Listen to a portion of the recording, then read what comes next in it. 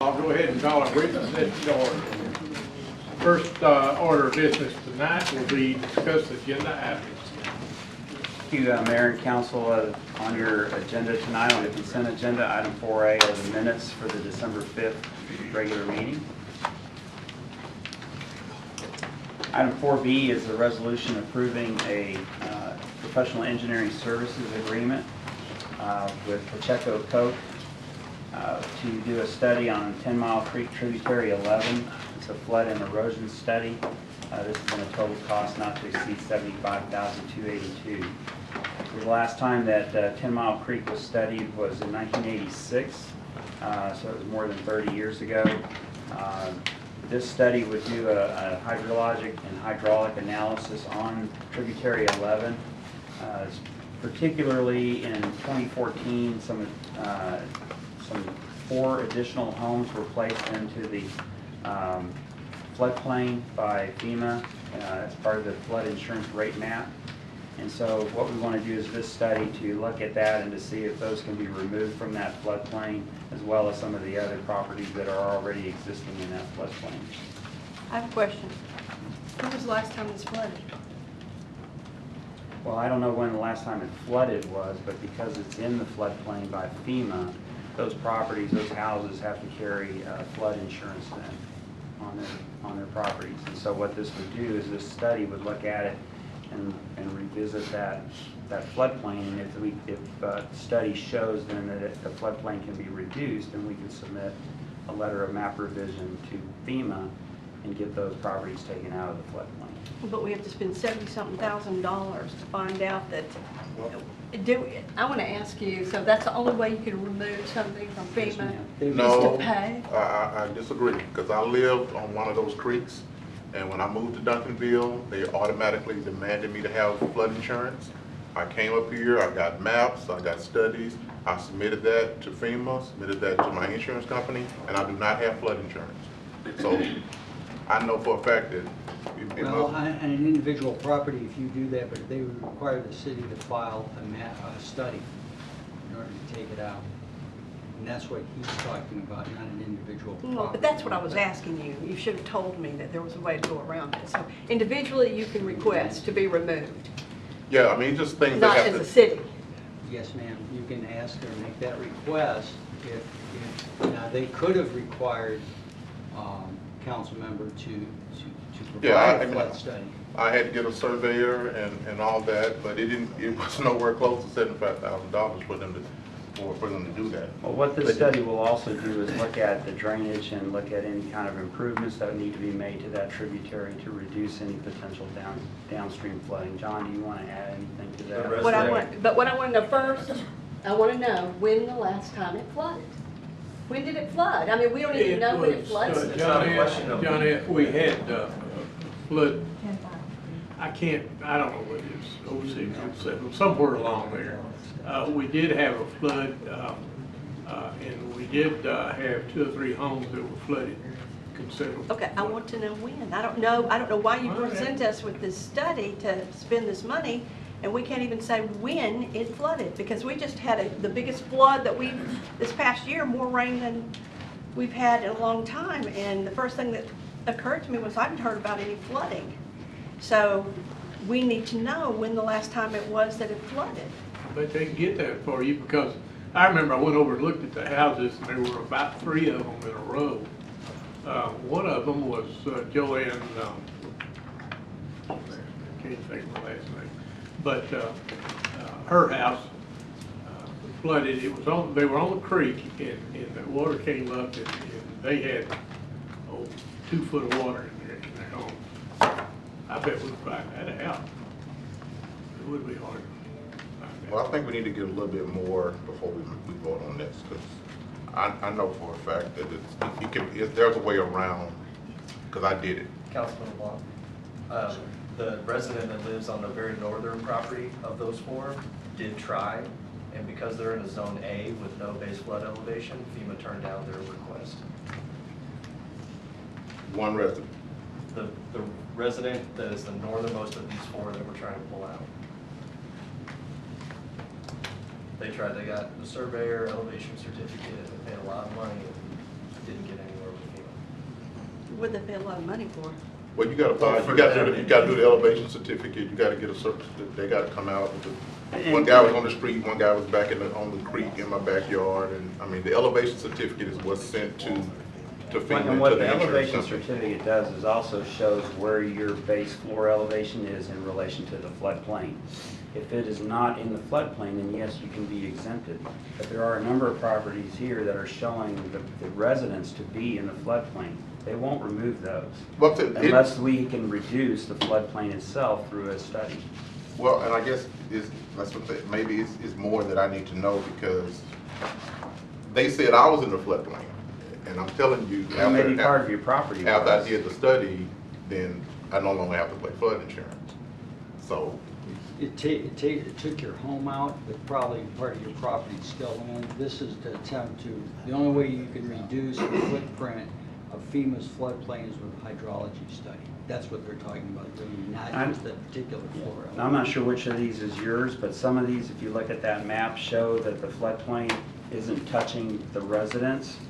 Those, if you show where the elevation is and the elevation of your floor versus the elevation of the floodplain boundary, then they can remove it if it's above that elevation.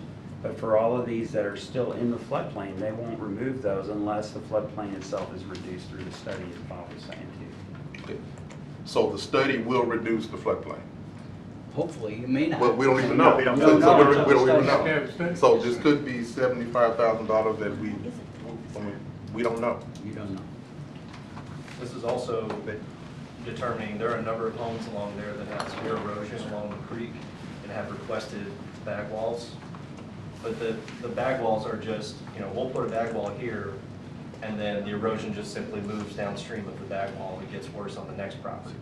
So this whole study is to also look at what kind of erosion is there and what can we do on a holistic approach to actually fix that and keep these people's properties in place, as opposed to losing however much yard every time we get a heavy rain like today.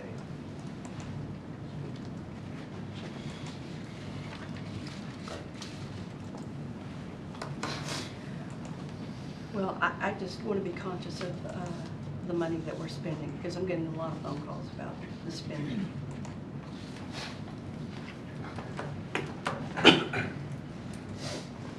And so the first question that I had was, when did we have flooding there? Sam, did y'all have those records? No, we could probably get them, Mayor. I will say 2 years ago, when we had those heavy rains, and we responded to the EOC, that the water was all the way up to the bottom of the bridge there on Main Street and right there before Duncanville. So there was quite a bit of water. And it was about 2 years ago. Well, I remember, because this was over District 4, and we went over there and talked to the homeowners about it, because they claimed that bag walls had caused part of the problem, and then the erosion, it caused erosion on downstream where their houses were that took out some stuff, but it was up a foot or two into their house.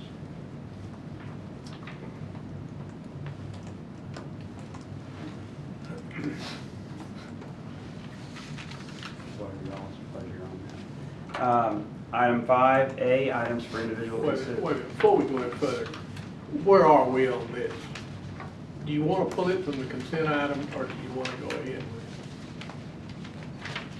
Where's your thought on it? You know more about it than I do. I just question, when was the flooding? the Well, last I time? mean, When it flooded last, Ms. Jameson, is kind of irrespective to the fact that they're in the floodplain. Well, it's not irrespective to me, thank you, but. Oh, no. I mean, Because in I'm terms on the back of the FEMA, creek, and my house flooded from the front, and it was coming off the city street too.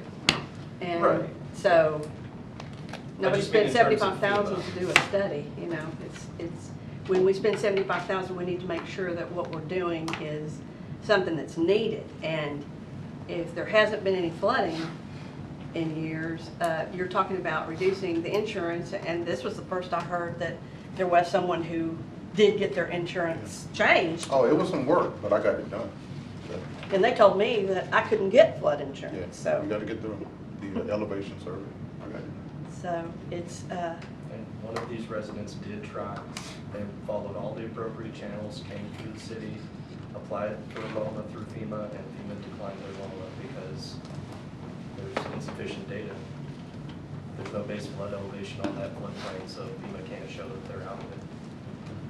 so this is basically to get that area reduced or out of it. That's the goal. That's one of the goals. The second goal, as John said, is also to look at the erosion and look at better erosion control measures along that creek to prevent further erosion of those people's properties.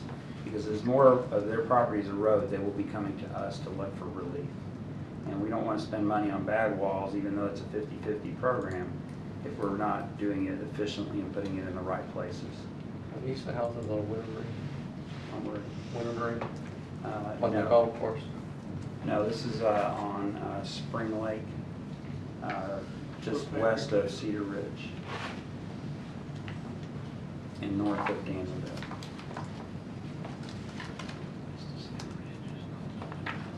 Is there some sort of average cost for a bag wall job? Out of money? High and higher. Yeah, and we have 150,000 in the fund, or at least we always did. And I got they match it, so it was going to be 60,000, so I'd pay 30 and the city would pay 30. But the reason why you want to do it with the city is that if you use a city contractor, then the work is guaranteed through the city. And if you do your own, and I did get estimates, I would have still paid 30,000, but I'd have no backup from the city. So we just didn't do it. But So if it's 30,000, it wouldn't take the city long to shoot through 75, no, to 75. no. Got homeowners on Winter Well, Green. and we did a large bag wall project there on Winter Green, right there at the city limits. Everywhere, By 20 Thorn block Creek, road. right. That was 2 properties that we did there. Yeah, we They went over and looked at participated on that, that. and they did have a problem, there wasn't any doubt about it. But the cost was, they paid plenty. Of course, we paid half of it. Yeah, and part of the problem is that what I am told by city staff is that they don't have any other contractors that are responding to bidding on our bag walls. Because I did find other contractors in Dallas, but apparently they're not bidding on doing our work, so why, I don't know. Because they are less. Maybe it's insurance or something, I don't know, you know, how much they have to carry, how much the city requires them to carry. I don't know. As part of the guarantee. I have no idea what it is, but I did know that it If was. you give us the names of the other contractors, we'll make sure we send them the request for bids. They'll bid on it. And I don't know, and it may be too that, you know, we don't guarantee necessarily the amount of work. It's a possibility. It depends on our Oh, I budget too. see. So Mhm. that might be another reason why some may not be bidding. But isn't it night erosion control? Yes. KNIGHT, and they're out of Grand Prairie? So, Well, I go back to one question, what do you want to do with this? Want to go ahead with it, or? I mean, if we pull it, what are we gonna? you what are want we more gonna info, do? you want, Yeah, I need more, I'm not voting for this. They want more info, let's get more info. Okay. We'll pull that. Postpone that to January 16th. Yeah, right. On the items for individual consideration, item 5A is public hearing and ordinance amending ordinance 1215 to rename a portion of the public street. And this is at the request of Duncanville ISD to rename a portion of Middale to Kathy Self Morgan Way. This is from Greenstone to Cedar Ridge. However, we will not be able to take action on that item tonight because as per the street naming guidelines that were previously passed by council, to waive any of the requirements requires a 3/4 vote, which is 6 council members, and we only have 5 tonight. And since this is only renaming a portion of the street and not the entire street, you have to waive that provision. So what I would request is that the council open the public hearing on this item and then continue it to January 16th so we don't have to re-advertise. And I had a question too, because one of the rules said that it had to be, I can't remember, I think it was a citizen or, I don't know. But I didn't know if this person was a citizen that requested. The request was made on behalf of the school district administration and the school board. We just had in there the chief of staff, Melissa Cates, I don't know who she was. Yeah, Melissa's the chief of staff, number 2 person.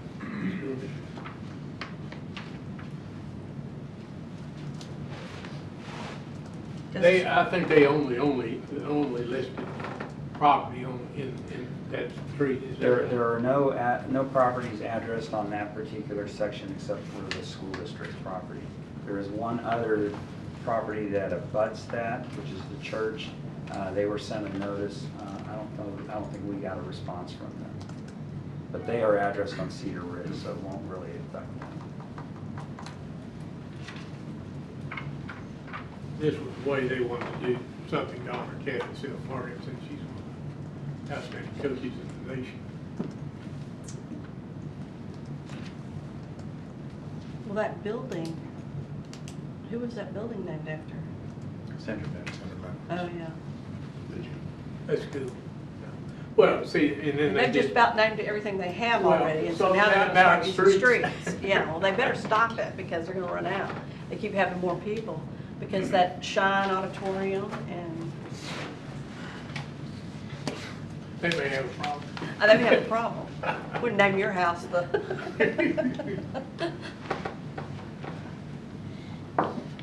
Okay. Item 5B is a public hearing and considering an ordinance amending the LR2 zoning. This is for a specific use permit to allow a party event center at 626 Oriole Boulevard. This particular facility had operated before as an indoor party and event facility with an SUP. They had a one-year SUP with a one-year renewal, which expired in May of this year. They did some remodeling on the facility, and they are asking for another SUP. The Planning and Zoning Commission recommended approval unanimously for a 5-year period with a number of stipulations and requirements. And did this one sell along with the restaurant? Because she owned both of them. She only sold the restaurant. She still owns, the family still owns the event center. And so what is the difference?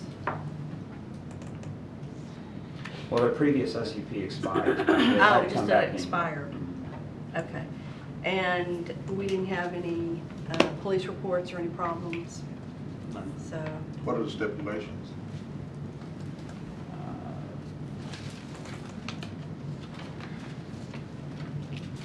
That it would be developed in accordance with the site plan and floor plan. It would meet all city, state, federal regulations. The number of parking spaces that is required is 33. They have 34, so they have a maximum occupancy of 99 people. Landscaping and screening walls would be in accordance with the site plan, which I believe they already have that. Any alcoholic beverages that are provided only by the caterer and TABC licensed servers would be employed. Alcohol can only be consumed inside a building, subject to TABC and city regulations. The owner is responsible for providing staff during the events to ensure compliance. At least one off-duty uniformed and Texas licensed peace officer will be required on site when alcohol is consumed. And the hours of operation are from 7 a.m. to 12 a.m. Sunday through Thursday, and 7 a.m. to 4 a.m. on Friday and Saturday. The kitchen operation would be variable hours ranging from 7 a.m. to 5 p.m. Monday through Saturday. so that means if they break any of the stipulations, we can bring them back to the table and deny. And the police officer can be anybody of their choosing, or it has to be Duncanville police? Our preference will be our officer. Typically, the way it works is, once we are made aware of the event, it goes through our personnel and training section, and it's submitted to officers to sign up voluntarily as an off-duty job, and they compensate the officer. But I guess, do we have to say that it needs, he said preferably it should be hours, but can we say that it needs to be? 90% of the time it is. The only time it wouldn't be is in the event someone doesn't sign up and we don't have the staff. Okay.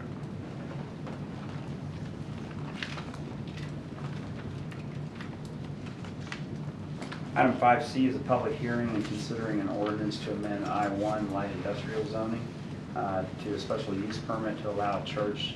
This is at 520 Big Stone Gap. This is the Grace Place Church of Christ that is seeking to purchase the building at the corner of Santa Fe and Big Stone Gap. So they are proposing to redevelop that property, use the existing two-story office building and convert that into the church, as well as build an additional building just to the west of that one and connect it with a canopy. They're also proposing to repave the existing parking lot, add landscaping, and construct soccer fields, basketball and volleyball courts, children's playground, a pavilion, and a small park area. The southern portion of that property is wooded, and that is where they're proposing to do some of those improvements. This was recommended for approval by P&Z unanimously, and they recommended an unlimited time period on the special use permit as long as the property is used as a church. Parking does meet the requirements, and then the other stipulations were that the property again is developed in accordance with the site plan and floor plan that was submitted, that it meets all city, state, and federal regulations and building and fire codes, and that seating is in accordance with the requirements of the fire marshal for aisle widths and exiting, and then the parking requirements of those parking requirements.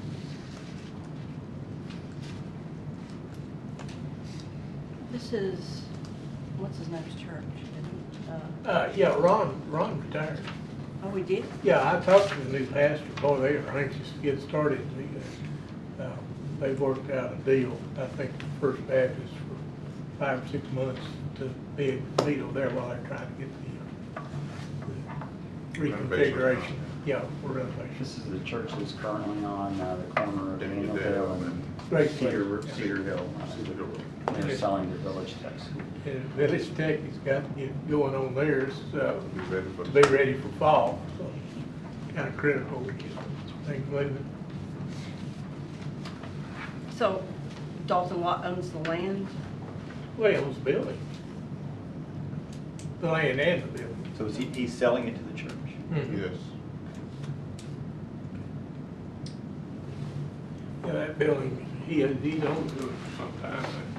He's been sitting on it for over 4 years. This building's been empty for a while? Yeah, that building Right there. really never occupied. By railroad track. Quality Cabinet built it for their headquarters, and just about the time they got it finished, Matt Cole bought them, and they moved their consolidated headquarters in Tennessee or somewhere, and so the building's just been sitting vacant. That's what we looked at when we were on the bus that day. Yeah. That right. night.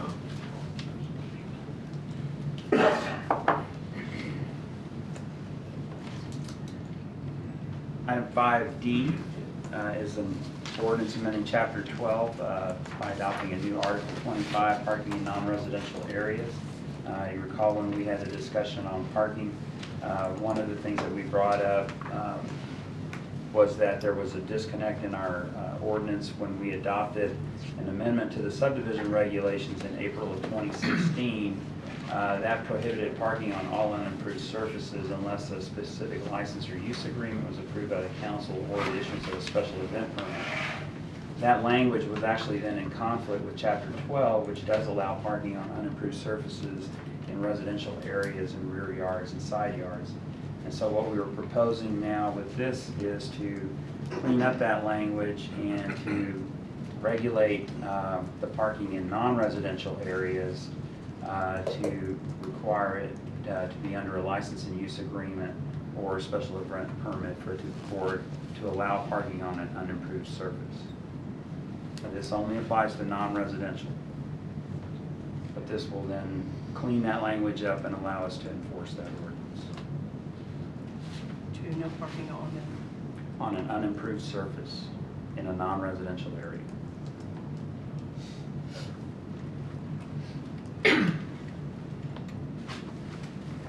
Item 5E is an ordinance amending Chapter 19, the traffic.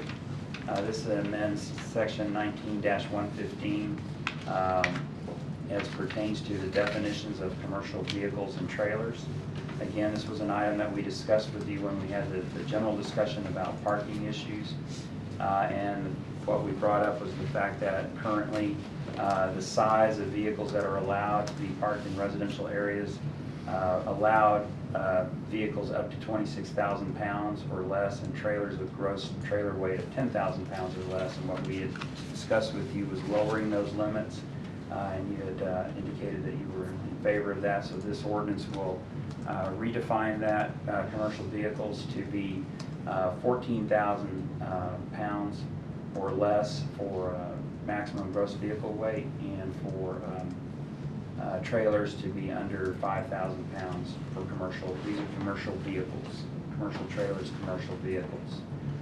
What that in standard terms, what that does is that goes to basically a Ford F-350 pickup or a Ford E-350 passenger van or less would be allowed, but nothing larger than that. Does this allow people who already own a trailer to be grandfathered in?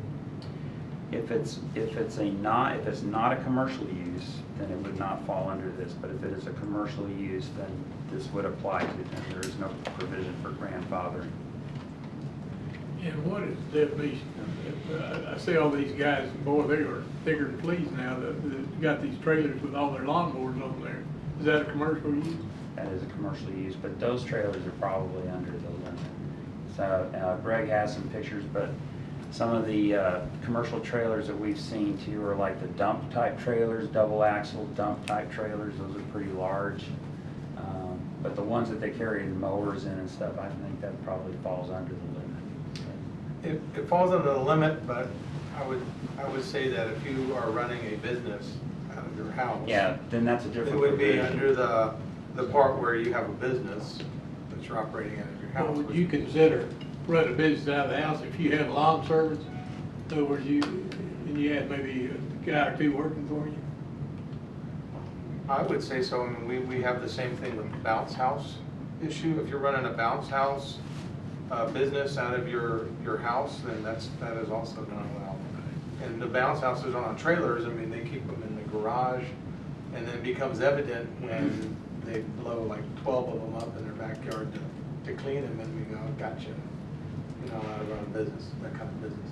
Usually home-based businesses will come before chastity too to review to see if it falls within or under the home-based business regulations.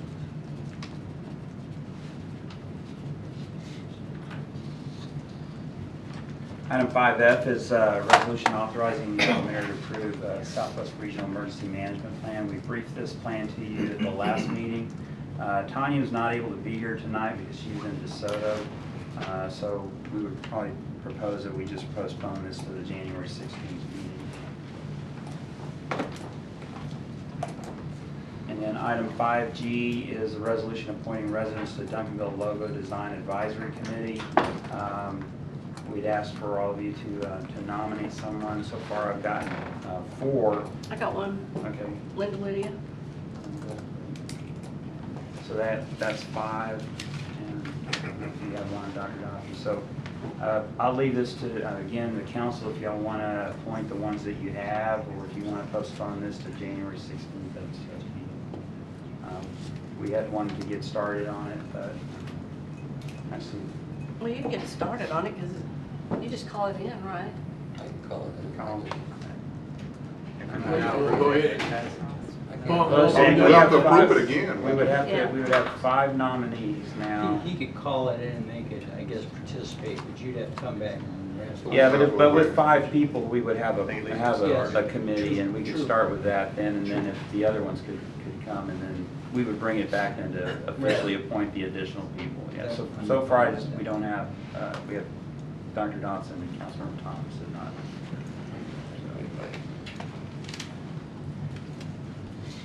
So that's, so the nominees for that committee right now are Gail Sliger, Buddy Shepherd, Sonia Pritchard-Smith, Sharon Carter, and Linda Lydia.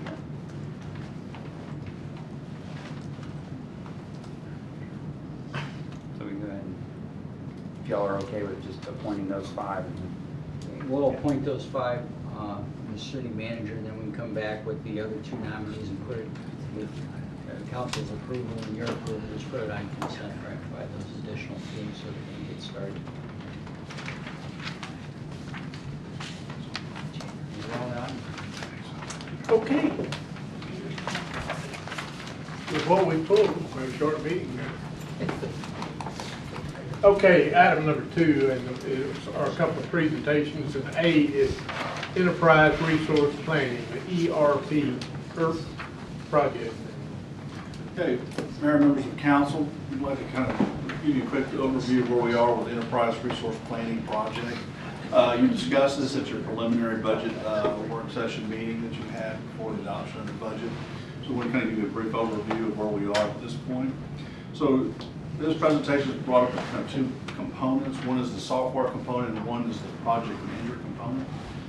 So just as an overview, ERP, Enterprise Resource Planning, is basically an integrated suite of software applications that would run our core business functions, accounting, it could be permitting, it could be, again, accounts payable, asset management, and so forth. And currently what we're using is multiple software platforms now, at least up to 7.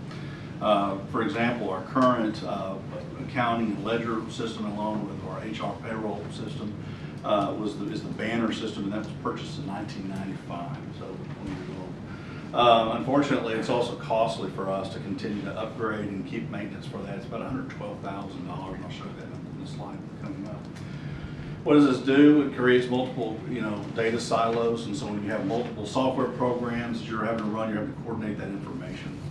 Current lack of reporting and process automation, so you can't function in between and prepare reports. And then also just the integration with other systems is challenging. So when you try to when you get other software programs that might be utilized by the department, getting them to communicate is extremely important.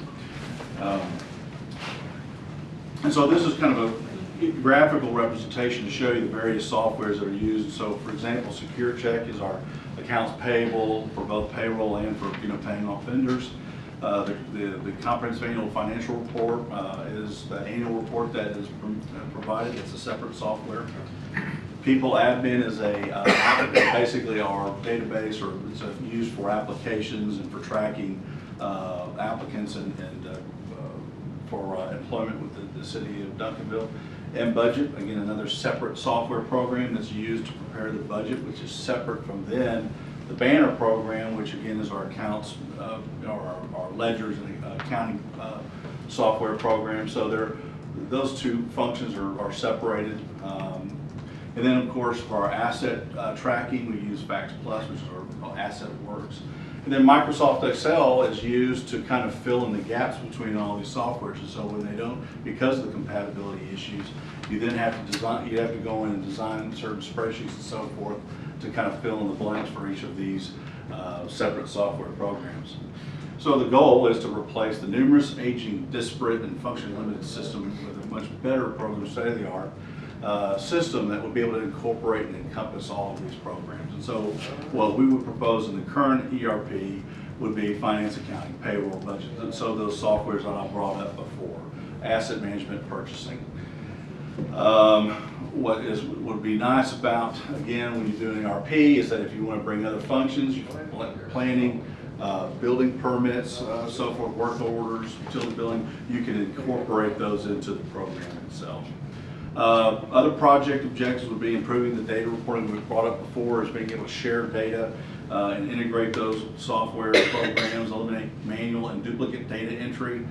That provides risk, so when you're having to do manual data entry as opposed to having that integration of data that flows in between all the software programs, that causes that kind of risk. Streamline of business process, it'll also streamline business processes again when you have that kind of integration. And then the functionality of the upgrades. And so we're always having to get constant upgrades. We can have one upgrade as opposed to having to have 7 upgrades as they come through. And again, we talked about the maintenance issues that come along. So this graph here that represents what that kind of all-encompassing one software program that brings all these different functions into play that we can manage as well. So the criteria for selecting an ERP vendor: prior experience, especially staff experience that they may have had with a particular vendor. Any kind of positive references, that's going to be extremely important when you talk to other municipalities or agencies that are utilizing the software. You want it to be customizable, to at least meet our organizational needs as much as possible. Market share within the state. Why is that important? Because of us being able to have user groups that are out there that are familiar with it, so you can again share that information. Market share is also important because they're going to have staying power. There's not going to be a software that's going to be obsolete and not used by other agencies. And then of course the availability of additional modules for other city departments if and when they want to move that direction. And then really just the suitability related to our size. I mean, there is about a one-size-fits-all does not always work when you look at organizational size and what can work for us as staff and as an organization. Is it user-friendly? Is it something that staff is going to be, that can be trained easy, that they can get on there and use it and will embrace the software?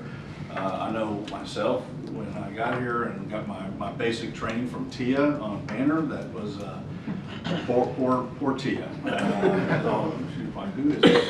So, she could probably tell you a war story there. The vendor part is, so we also want to see if the vendors were part of any kind of part of purchasing network as well. It wasn't, all of these were not all weighted the same, but again, we're trying to make sure that the vendor would be compatible that we can use. Here are the vendors. So we have about 9 vendors that we looked at, their software programs, to see again how they fit with the criteria I just mentioned. So after both meeting and interviewing those various software vendors and also site visits and calling around references, staff recommends Tyler Technologies, Munis ERP. So it's one of the larger companies that's dedicated to the software that we would use for the organization, for our city, especially for municipal applications. The price is competitive. As it mentions here, they represent 60 public sector entities with a 97% customer retention rate. Again, if you have a low rate and they didn't work, you wouldn't want to have them as your provider. Software meets the technical standards requirements that we have that we're requesting, and it is part of the purchasing cooperative. So the second leg of this would be the project management component. And again, as we talk about our finances and accounting, budget management of that, extremely important. That's one of the things that we're required, is to make sure that we're accounting for the public dollar. So to help us through the process, and so we would also propose project management services. And so why? We are proposing an implementation of at least a less than a year-long project on some various aspects of it. I'll show you the graph in a minute. But we do have a very aggressive schedule. So bear in mind, we will be operating all of our systems along with then implementing and bringing in an ERP. So we're already juggling the different, 7 software programs. Now you bring an ERP, we'll have to be running that implementation on top of the software that we're running now and keeping up with the budget and our ledgers and so forth.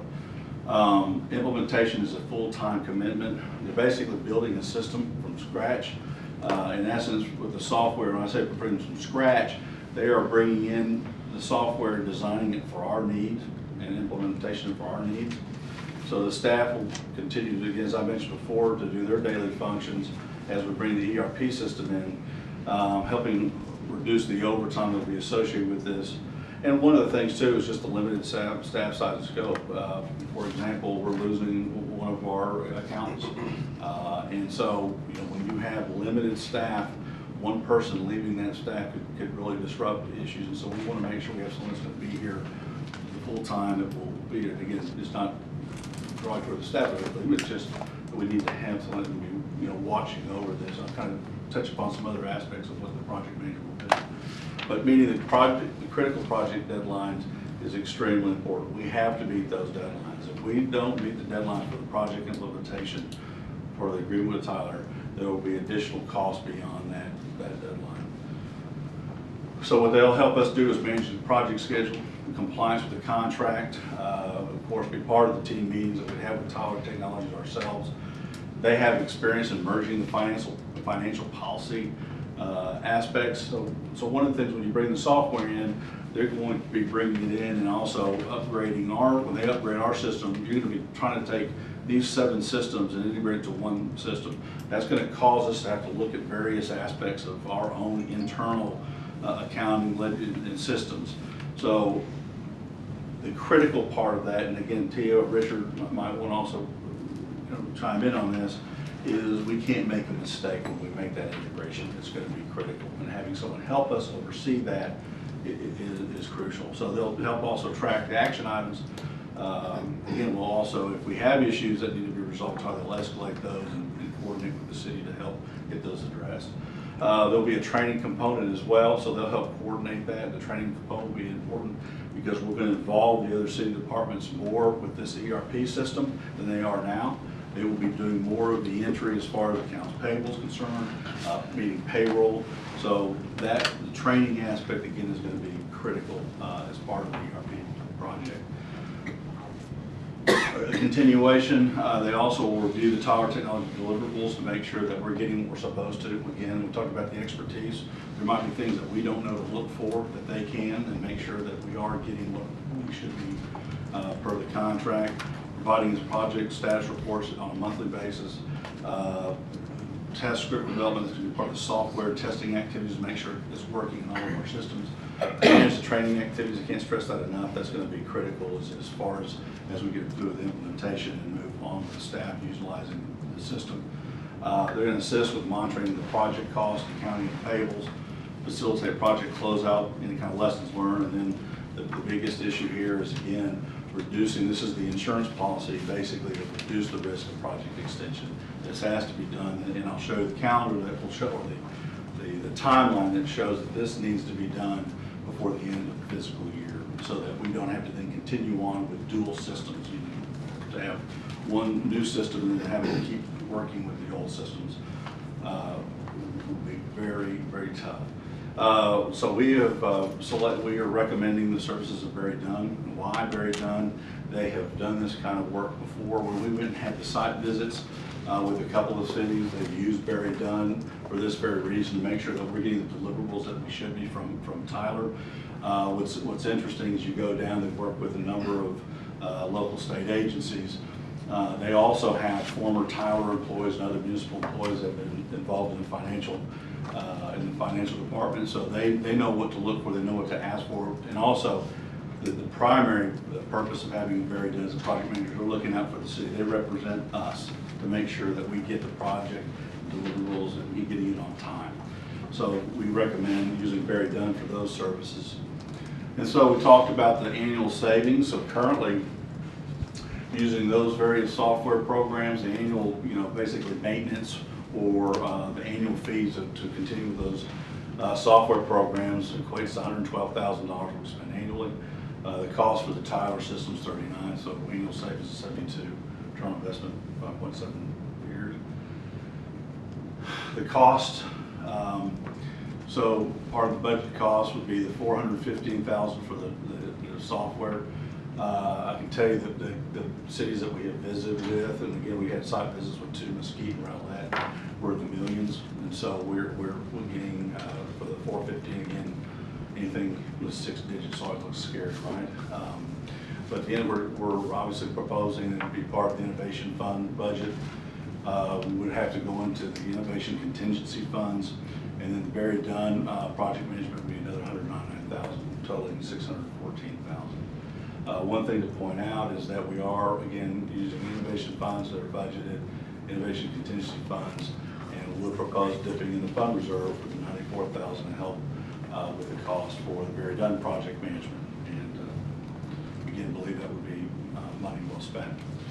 So looking at the project timeline, so again, we have Barry Dunn would be the project management company that would come at the same time that Tyler would begin their implementation of the finance and purchasing part of it.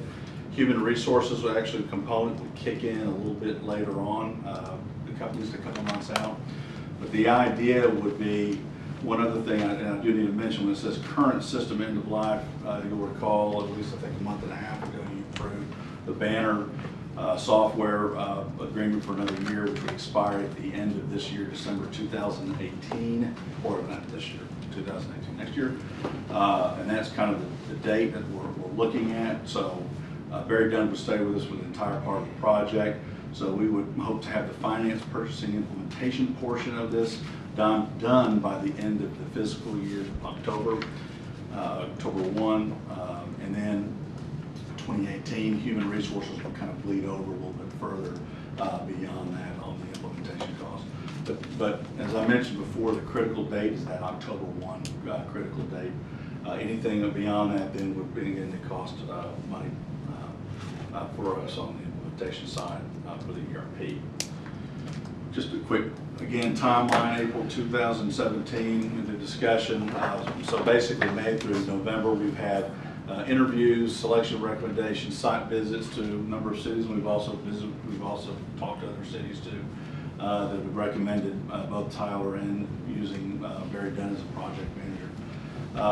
And if council was accommodated, we would then take this to the, put this on your agenda for January 16 meeting for council action.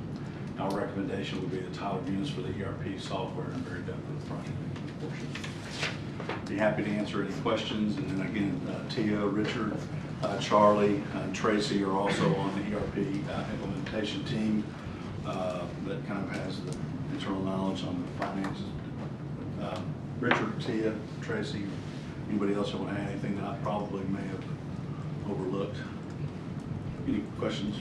Well, is there a reason why there's a big disparity between, you said it costs Mesquite and those people $1 million and ours is, are we getting the same product that they're getting? Yeah, same with fewer modules on some of those, and so they also had tighter timelines that they were trying to implement. So I think those were part of the reasons for the cost for those cities. I mean, you know, Mesquite being a larger city, Rowlett's closer to our size, but and again, the you know, obviously depending on what they're asking for, including in their basic package would vary. And you said y'all did talk to those two? Yeah, so we actually had site visits, and so staff went out and physically visited with their staff at both Mesquite and Rowlett to visit with them. Because one of the things we want to make sure is, were there any lessons learned? Is there anything that we need to look for, any questions that we need to ask, and that we should be cautious? And so interestingly enough, Mesquite did use a project manager, and Rowlett did not. And Rowlett emphatically said, we made a mistake. So they didn't make their timeline and recommended, say, you need to have a project manager, because thinking that you're going to get a software that they're going to slap into your system and it's going to work is not how that plays out. And that there's going to be a lot of things that they recommended that the project manager would make sure that we're asking the right questions again and making sure we're getting everything we're supposed to from the ERP standpoint, from Tyler's standpoint. Looks like Sneakus here using 7 different systems right now. This is gonna be quite an upgrade. Just entering, how many mistakes do you have from just clerical entering things that you have where you've got 7 systems? But those systems were ones that were brought before us and we voted on, so it's like.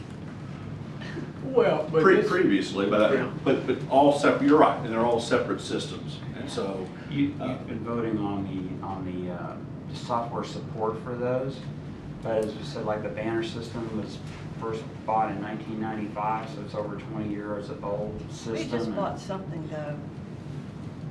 I think that was a well, you renewed the contract on Banner. We renewed the Banner contract, we do it every year.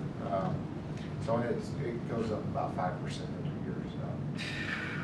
It's actually the first time we purchased a human resources module from Tyler, which is actually. It was a timekeeping module. That's right. But to have it integrated all into one system, you'll have a lot less mistakes, I'm sure, than having to go through and enter 7 different. The efficiency in personnel time would be great, because right now they're having to take data from one system, transfer it into another, making sure that it's transferred correctly, these would be seamless integration. It would give us a lot more capabilities and with the data, a lot less risk on the financials, because when you're dealing with 7 different systems, our budget system does not transfer to it has to transfer to the general ledger when the budget's approved, and they have to go through and verify everything. This would all be very seamless, so the efficiencies in personnel time would be, And you can't do would be this? tremendous. I have never done a project of this scale, so I wouldn't comfortably be able to do it. Because this is, so we're paying $40,000 just to have somebody manage it. It would be about 200,000. See, that's really But crazy. 40,000 is the annual maintenance. Like we just pay. So we're gonna pay $40,000 every year. Well, we've been paying. But you're paying Banner $112,000. I know, but that was for a specific program, was it no, not? that's for all the That's different All of ones. these different software programs. That's So we'll pay for the software itself, for the Tyler Munis package after 5.7 years. We'll have paid for it with the cost savings. The project manager is really to help us implement the project on time, make sure that we are, when we're doing this, everyone, all the staff in the various departments are going to have extra workload anyway. Tracy will have a lot of extra work too in working through this project, so will the finance department. But then to add on top of that, the project management is just beyond our capability and beyond our bandwidth. We don't have the staff to do it. That's When we're beyond you, doing Tracy. all of this, we're also looking at changing processes. I think she's trying to give you more credit. I appreciate that. That's Tracy's pretty smart. I try. I do Well, try. smart and having the time are two different things. Having the It's- time? The time. This is Do we need to get you some time? We got time. If you can This is a lot of money. Right, this would be, so everything I do daily now would take a complete backseat to this. Right. If I was to do that, so. Could you do that? My staff, no, because my staff isn't capable of picking up what I do, unfortunately, because they're busy with keeping these fire department and everybody else running on a daily basis as well. So we're also in the middle of replacing machines throughout the city and stuff like that. So we've got a lot on our plate. But it's more on the financial, I'm sorry. Yeah, well, let me ask a question. If we go, on one of those slides, we had that the banner thing was December of next year. So if we go past that, are we looking at another $93,000? On the banner, if we go past Yeah, the past. end of December, then we're going to be paying for support for the banner system on a higher cost basis. We have support right now in the finance and purchasing implementation, finance and purchasing system until the end of December. But we want to go live. Our target for go live on the new system is October 1, because October 1 is the beginning of our fiscal year. If we don't go live on October 1, we are double entering everything. We're having to enter things into the new system and enter things into the old system to make sure that we've got everything in. So that's why we really want to hit that October 1 go live on the finance. HR, the goal there is a go live of January 1, and that has to do with your tax year. And so all of your employee pay, your W-2s and all of that, it makes sense to start that on January 1. So that's why it's not quite as critical, and it's not as much involved as the finance piece and the general ledger, the budget and all of that are very involved.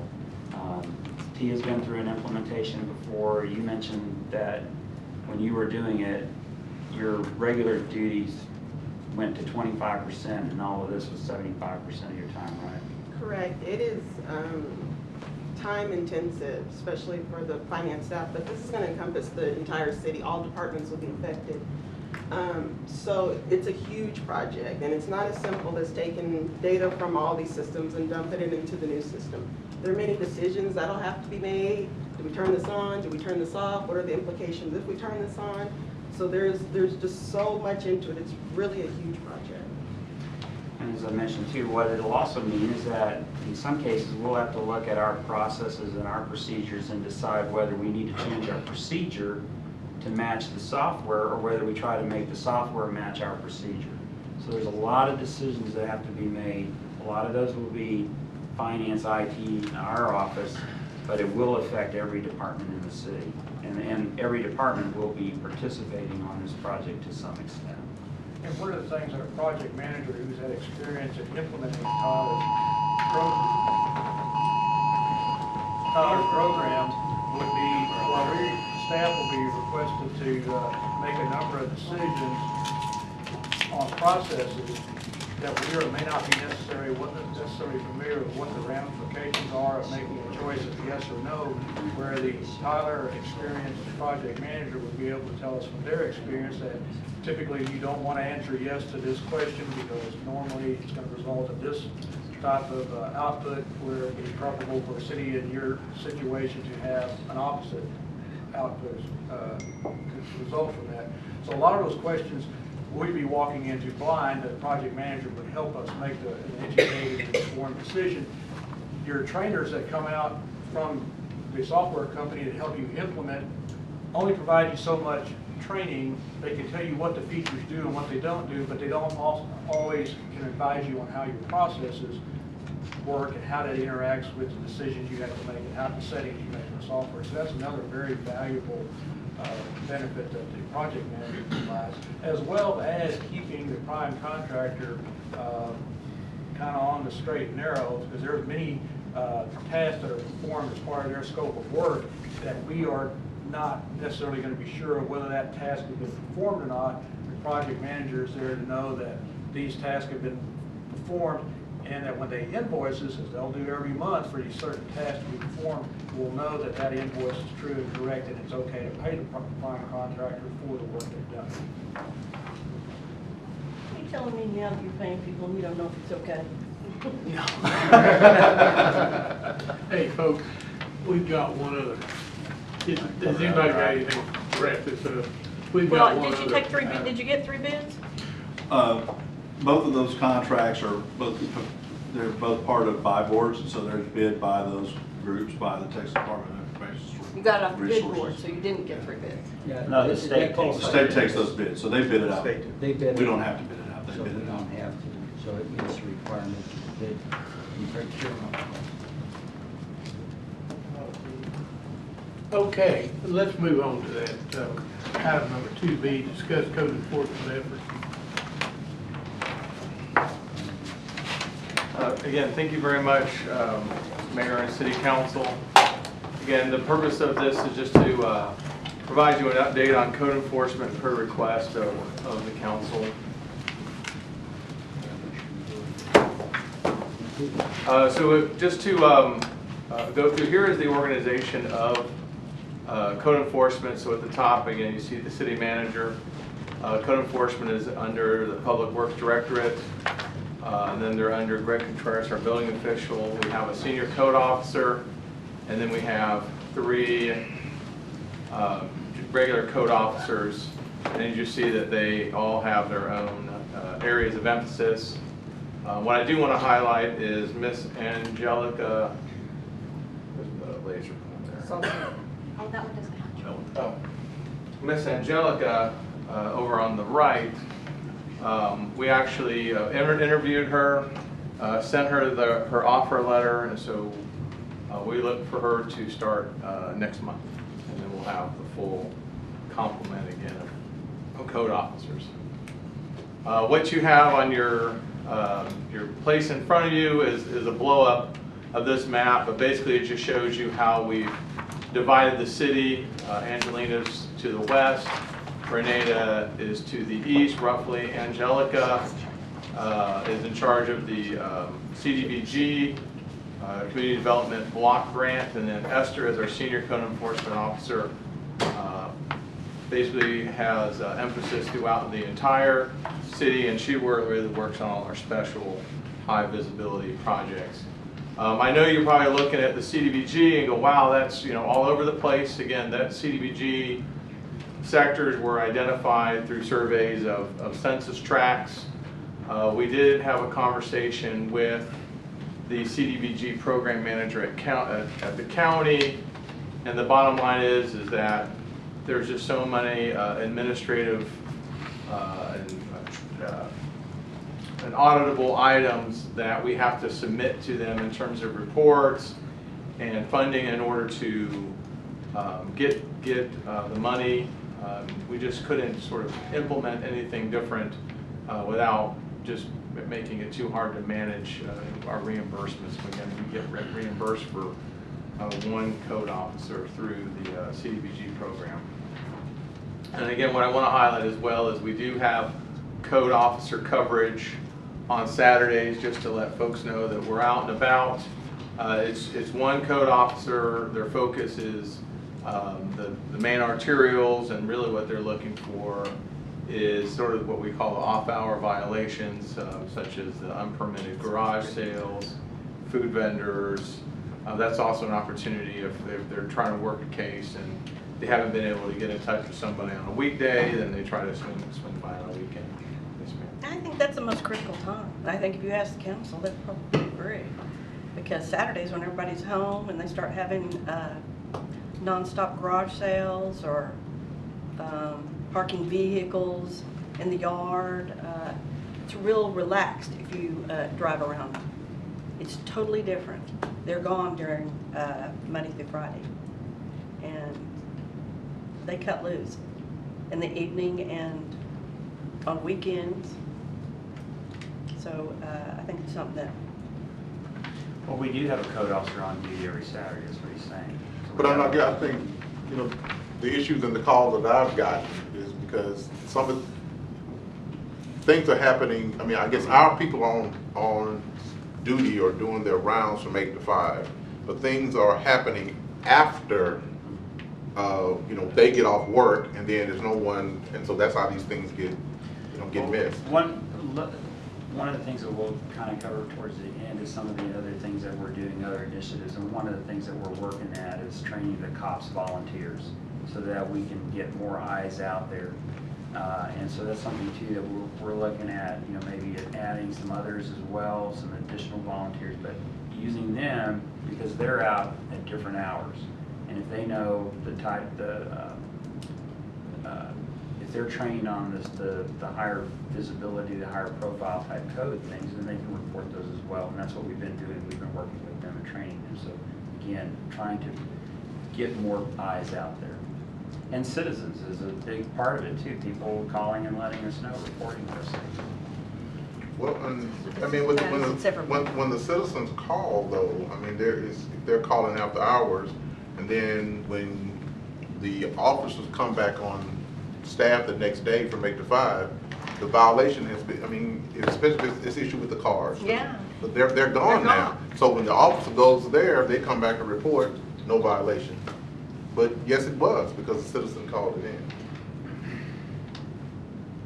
So we've got to figure out a way to fix that. And then if Angelica is the one on duty on Saturday or a weekend, she's only permitted to go into those specific areas. Well, what we did talk with the county program manager about is how can we utilize Angelica for overtime, for weekends, and so what we've talked about is basically we have to set up almost 2 profiles for her so that we can show that she does her 40 hours that's reimbursable through the program.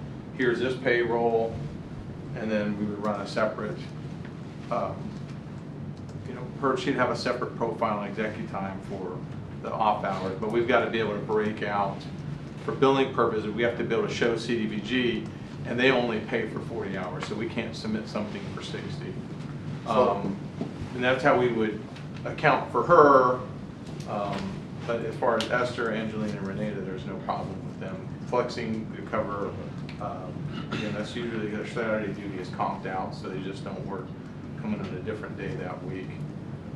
If there's issues with, we hear about certain areas that really we need to come in and flex in a certain window of time, then there's things we can work out with the code enforcement officers. Either come in late so that you can then, we still get our 8 hours, but your 8 hours are from here to here versus 8 to 5, like you said.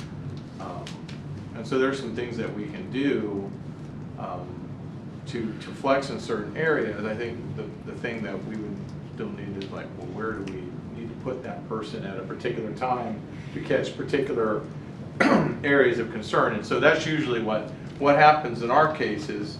We'll hit it later in the slides, but the bottom line is we did have a particular resident that was made a complaint about the activities of her neighbor, and those activities were occurring after hours. And so what we did is we flexed around, and the code enforcement went in and took the pictures and off, and when we say the off hours, the non-8 to 5, so we were able to then sort of build the case enough that we could engage the person that was the neighbor that was violating the code and get them to stop doing that. And so that's really where it goes. It's not like we have them off. It's not that we don't have the flexibility. It's if people bring it to our attention that certain things are happening at a certain period of time in a certain area, then we adjust fire to either shift hours, or in some cases, yes, we just have to give them overtime so that they are available to, observe the violation so that they can take action. So 3 officers is totally the amount that we've allocated? We have, so we have 4 officers. Okay. Each of the 3 code enforcement officers have sectors. Right. And then Esther basically is like at large. She has the whole city, so if we need extra help somewhere, she flexes there. She runs our abatement program. She is also, again, the one that deals with all of our special cases. So again, when we had the issue with the neighbor who wanted to have parties, host parties, at their house, she was the one who worked that case. She's the one that sort of helps work Shamyville. She's the one that. Well, so is she out in the community? Okay. Yes, yes. She's out in the community and she only comes back if somebody needs to have her work on something specific. Yes, all the code officers, I mean, basically I see them in the morning and in the afternoon. And then sometimes at lunch they come back in and check email. But they're out in the field and they're just doing their casework. And then they have one meeting every Monday morning with Greg where they get their guidance for the week and that kind of stuff. But they're out. They're on a combination of just sort of having their own patrols and working their sectors, and then they also respond to the citizen, the complaints when the citizens come in. Well, those commercial areas there on the other side of Main Street that are parking cars all over the place. And that's not even residential. Which part of Main Street? I think we saw it when we were on the bus. To the east. Fane? Yeah. Not Maine, I thought you said Maine. We're gonna take care of Fane on this item tonight. Yeah, that's on here. Well, Parking. I'm talking about Main Street East over there, before you get in between, like before you get to 20, or before you get to Camp Wisdom. Yeah, that's Fane. It's just Okay, a block Fane is over the street, east yeah. from, kind of behind the Quick Okay. Trip area. Yeah. So by changing this But- ordinance and Well, that- actually, I'm sorry, that's That's not fair. this, but we have that ability now.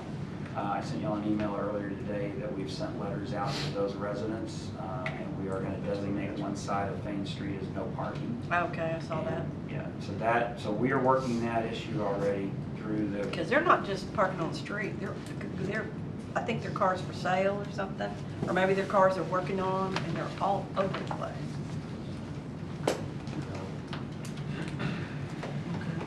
Okay. So again, these are the most common code violations, and these are the extract that is, we publish monthly in the weekly report. But as you see, the 2 highest are high grass and illegal open storage, followed by the fences, junk motor vehicles, and on the way down. Up to the right, the pictures you see are some just common pictures of the top 3 violations that we have. Just one note, on grass, high grass is usually the top one. but it's also very cyclical, and it's very much dependent on rain. So last year, I think we had a lot of rain in the spring. We were having a heck of a lot of problems with high grass. This year it's been a little more spread out, so we haven't had quite as many problems with that. But you'll see that whenever you get a lot of rain, you'll start seeing a lot of issues with high grass. So it can vary, during the time of the year, and it can vary year to year. And I guess I need to talk to you about the one on Duncanville Road, that he's come up here and talked to you, and it's not getting fixed. You'll have to tell me the address, and we'll check. And I think this goes along with some of the concern.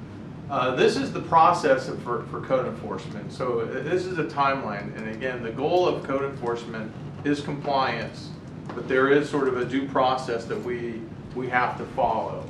And so just to walk you through, across the top is a typical for a brand new violation. So we hear get a violation is reported or observed. Either that same day or the next day, we post a notice of violation on the door, which starts the process. 7 days later, if they have not abated or rectified the problem, then we issue them a letter, which again gives them 10 more days. And then we issue a citation. And then at basically the 25th day, we notify the contractor to abate, and then the contractor has 10 days to abate that process, or that violation. So if we walk through the system on particular code, especially on the first time, say this is the very first time that somebody has the 12 inches of grass, we still give them some time to take care of that problem before we go in and abate. Because once we abate, we then file with the we obviously give them opportunity to pay for the city charge, and then if they don't pay, then we actually put a lien on the property.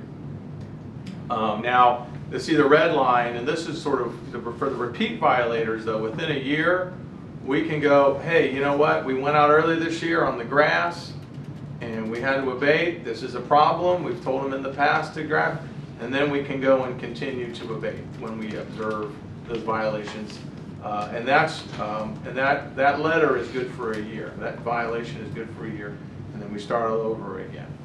What you also see down to the right is after the ticket, then they do go through the judicial process, which then sort of once we get the judge involved, the timeline sort of transitions over to what the judge does. And so there are some issues where we're not necessarily, due to sort of the scope of the problem, that we just can't physically abate.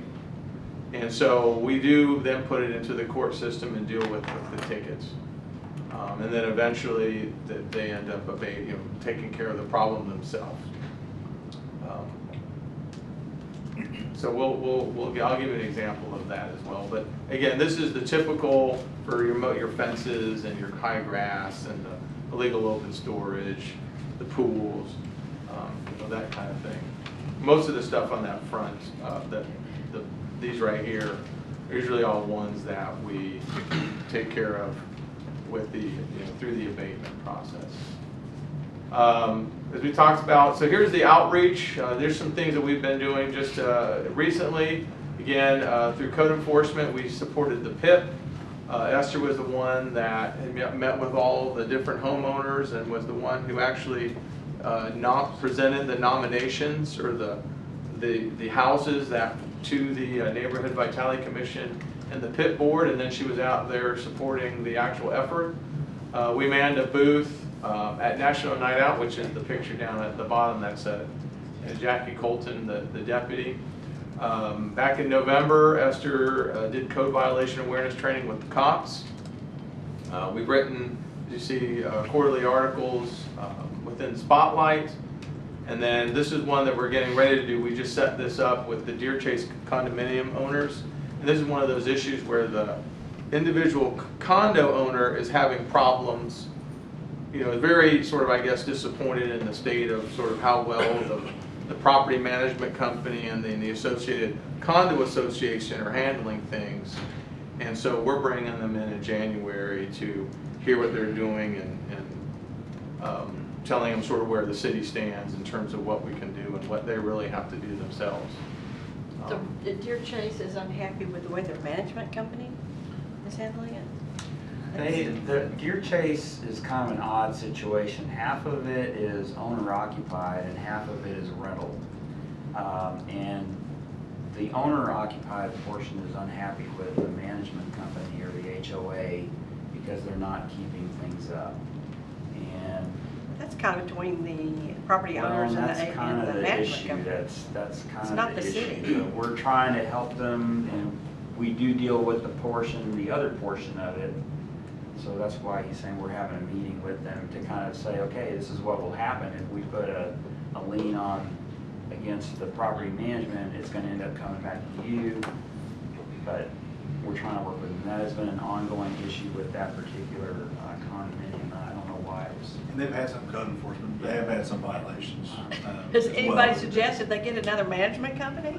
Yes. I mean- Yes. I- And I mean, I've had these discussions with the one lady. I mean, the bottom line is, you know, the dumpster, one dumpster gets a lot of trash on the outside of the dumpster.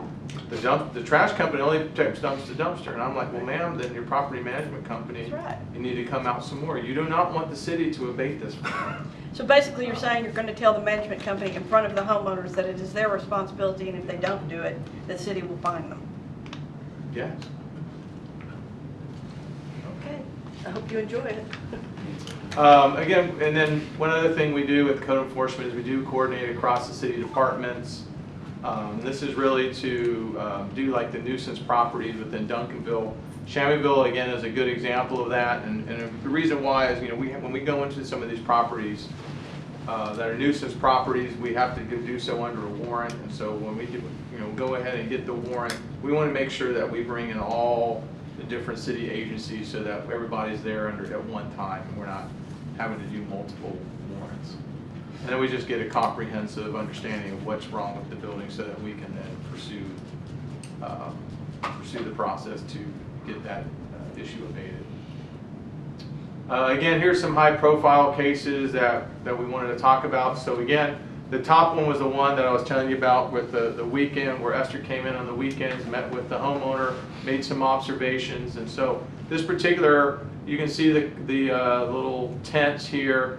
This particular person was actually hosting parties out of their house, catering parties. It wasn't their personal parties. It was bringing in people, charging money, and then using this as their venue.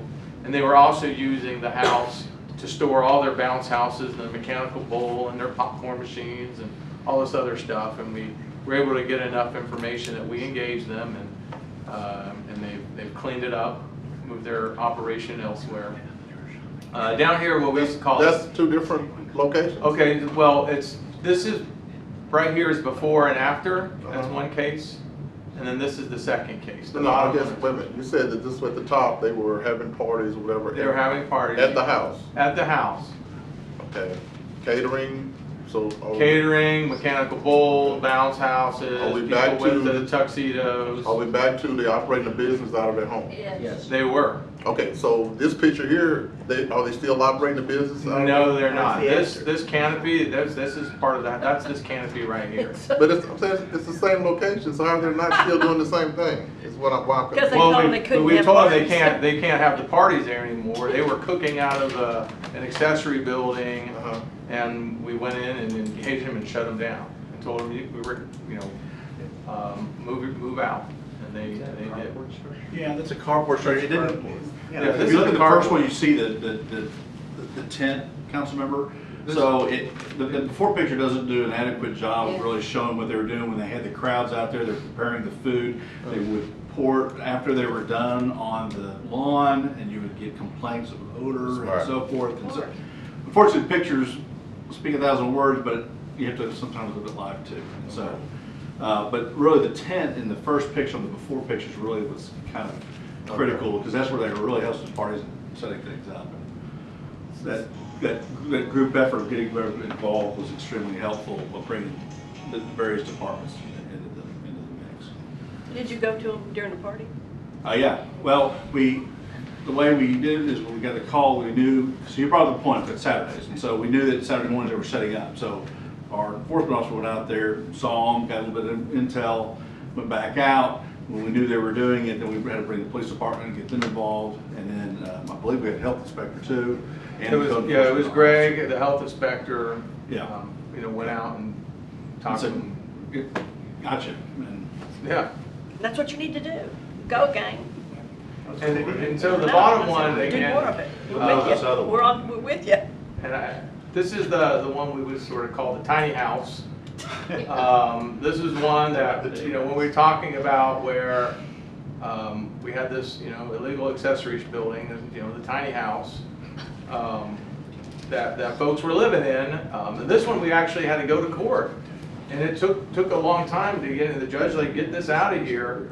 And, you know, and again, they finally did it. This one, the picture, and this is like March, and this is November 13th. Okay, so the after picture, is that part of the same wall? I mean, I guess, so when we take the pictures, shouldn't we stand in the same place before and after to get the same act? So this here, this is the camper, but what you're seeing is there's no tiny house. Okay, what's the fence right here then on That's the the front of their fence. Okay, so where's this part of the fence on this Where's tiny before house? picture? Yeah. Tiny house is gone. We're taking the pictures right where he's pointing. Yeah, there's the fence. Okay. We probably See, should. the There's same the- yeah. perspective is what you're asking. Yeah. Is what Trying the to- judge would You want want to the do. before and right? after. Before and after. And from the Real perspective before. where you're going. You want to, Stand in the same spot. without my beard, with my beard. the same. Yeah. You want to see tiny house gone. Yeah, well, gone, it is gone. Yeah. Okay, so this is, again, just for you guys, just to, you know, let you know about, you know, this is one that we're currently working, and again, show you the timelines. So, this particular resident bought this, what she was told was a mobile home. With the intent of, it was parked in her house with the intent of using it as a mobile salon. And of course, the neighbors called and back in February, and we approached her and we're like, look, you can't have this.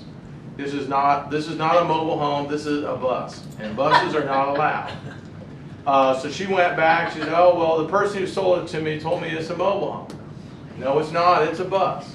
So she talked to the person who sold it to her and worked out some deal, and the thing went away for about 90 days, and now it's back. So, but this time she's like, no, this is a mobile home. I'm not moving this. And so, you know, we went, this is, you know, just in what, 4 weeks ago, 3 weeks ago, we went and told her this has got to go. She's like, no, this is a mobile home. We're like, all right, Bob. And we talked to you last week. You know, it's a bus. All right, take it. You can go tell the judge that this is not a bus. But that's, again, it just shows you that so many of these pop up. I just had one the other day. Someone called me, oh, it's a mobile home. I finally see the pictures. It's a school bus. It still says school bus on it, but he wants to say it's a mobile home. So, but you know, some of these, like, you know, this particular guy said, this other guy was like, well, it's been here 10 years. Well, no, it's been in and out. We move it. It's moved now. You know, and it'll probably be back in 90 days. But again, these are just show you some of these things, and I know that the homeowners get frustrated, like, oh, well, we did something. Well, we did. We talked to them. It moves, and then they bring it back. They want to challenge it again, and this time they'll go to court and, you know, tell the judge why this is a mobile home. So again, there's a future initiative. So as Kevin alluded to earlier, now that we've got the full staff, one of the things we want to do, and I think Ms. Jamison talked about, based on times, et cetera, is to do code sweeps. But these aren't going to be pop quizzes. These are going to be the ones we inform the neighborhood. Hey, we're going to be coming through. These are the things that we're going to be looking at. Here's what the code says. So that when we do go through and we say we're going to look at one of the things like in the fall is trees. So, you know, over sidewalks, trees can't be below 7 feet, or people, you know, get poked in the eye. Can't be below 14 feet over a street. So we say, hey, we're going to be coming through looking at the trees, and this is what the code says. And then we let them know, and then when we walk through, then when they get a notice of violation, they're not surprised. Can we put that further down on the list and have all cars that are parked in the yards higher up? Because that's really Well, The cars in the yard is a parking issue that we need to come back and revisit. Remember, we discussed that, and we need to come back and find out what y'all want to do about it. Right now, that they Talking are about when they allowed. take them in the front yard and park them. There's no ambiguity about that.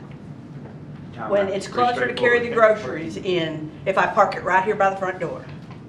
You're talking about on an unimproved surface? Yes. Oh, yes. Well, that is, Yes, and it's all over. that is, okay, well, we address those as we see them. And they're more on the weekends and when people come home. What's the time frame on the code sweeps? we'll start doing those and start putting those together in January once Angelica comes on board. The second thing, again, these are not really in any order, is improving the city's residents' ability to report code violations. So again, we have the website. They call in, folks come in and see us and make their reports. But you know, talking with Kevin and Paul, they're looking at bringing in some more technology to help, like apps that folks can do, just again to help us collect the information or make it the easiest possible to understand the code violations. Again, we'll continue the relationship with cops, keep the training up for them. We are doing a cascading of technology. Code would be getting iPads, and then we'll cascade the tablets down to the cops, and then we'll continue to support public outreach, PIP, National Night Out, articles, and then what other opportunities that we see. And then just I'll open it up for any questions and discussion y'all may have. Hope we're gonna have to go to council meeting at 7:30. So, anybody got a quick question they need to ask, or we need to It's not quick. I mean, we can adjourn, but I think I want to talk about this more. I wanted to know a strategy. I see the code sweeps, but I mean, we need to go to the next part of the meeting, so I'll just send something to Kevin. Okay, thank you. Why don't we try to get together, Councilmember LeBlanc, and talk and staff and see what. 7:31, this meeting is adjourned. Please come to council. Hurry.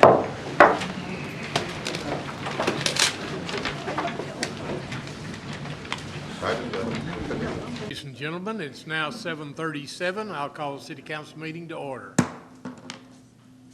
Our first order of business tonight will be the call to order, which we just did. The invocation will be given by Reverend Debbie Rigsby from the Trinity United Methodist Church. Following that, we'll have the Pledge of Allegiance to the flag. So at this time, will you please stand?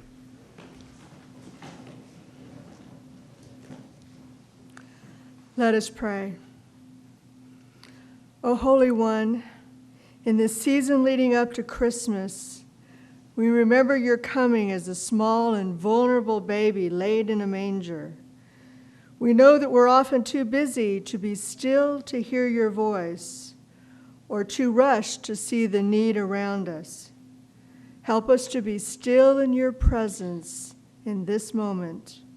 Open our eyes to see you in the eyes of those around us who are in need. Open our ears to hear the cries of those who are hurting. Open our embrace to hug those who are alone and isolated. Open our hearts to love as you love. For love came down at Christmas and comes into our world now. We ask your blessings upon the leaders of the Duncanville City Council. Continue to guide them as they lead our city forward with a vision to better all of our lives and to bring us together into community. Bless all of our city workers as they serve and protect us. And on this day and in the days to come, may we all see love coming down in and through us for all people. In Christ we pray. Amen. Amen. I pledge allegiance to the flag of the United States of America and to the republic for which it stands,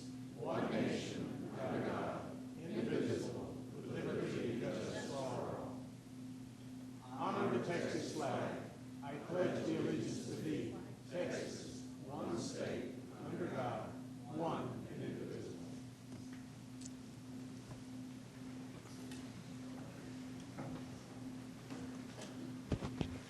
Well, I have a different mayor's report tonight, and that is we're going to do some recognition of our Hurricane Harvey workers.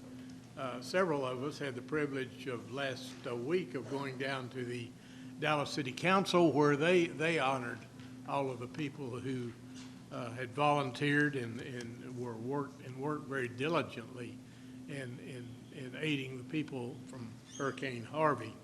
So I'm going to talk about several things, and then we're going to bring all of these folks down that could be here tonight and to give them a certificate of recognition and award. Hurricane Harvey made landfill in Texas from August the 25th through the 29th, 2017, entering the state as a Category 4 hurricane, impacting most of South and Southeast Texas. To date, Hurricane Harvey is the state's largest and most expensive disaster. Duncanville supported the regional mega shelter at the Dallas Convention Center by providing law enforcement resources, emergency management, CERT team members, and Tri-City Animal Shelter support to assist with caring for animals. Additionally, members of the fire department were deployed to affected areas to assist with emergency medical services to support evacuations pre and post landfall. I want to thank and recognize the individuals who assisted with Hurricane Harvey and all of the things that they did.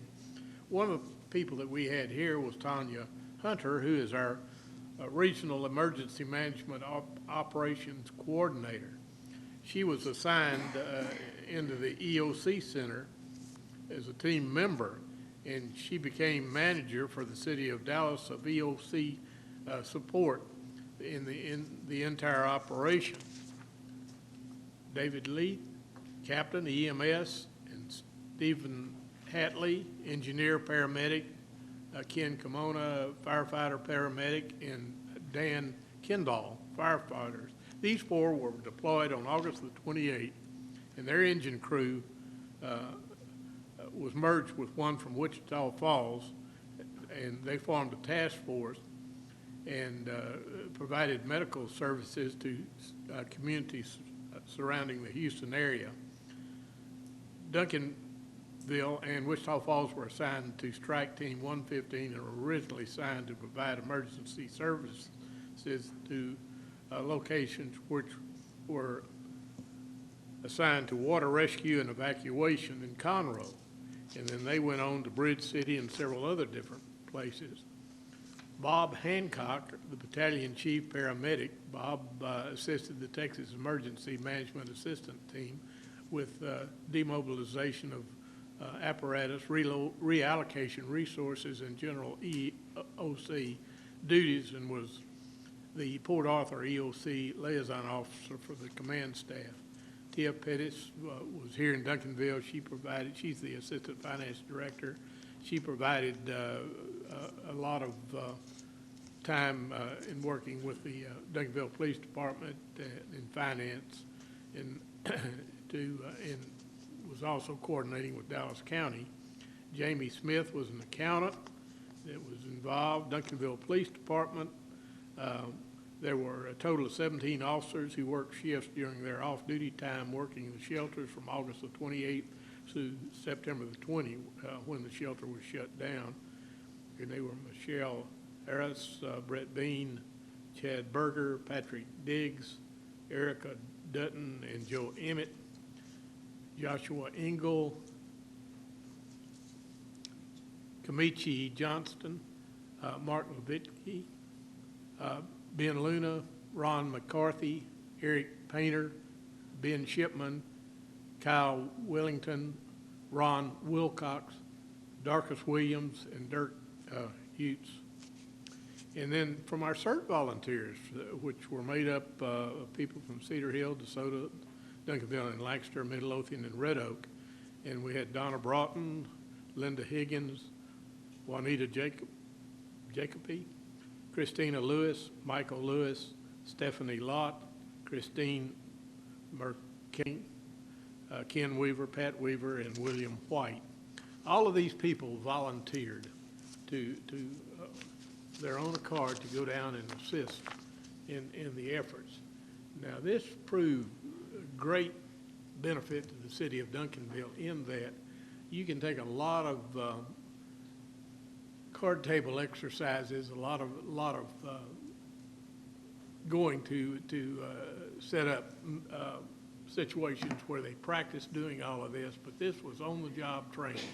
All of these people volunteered, and they did it on their off time, and also the city of Duncanville, where we paid salaries to them, are going to be reimbursed 100% of all of the expense that we had.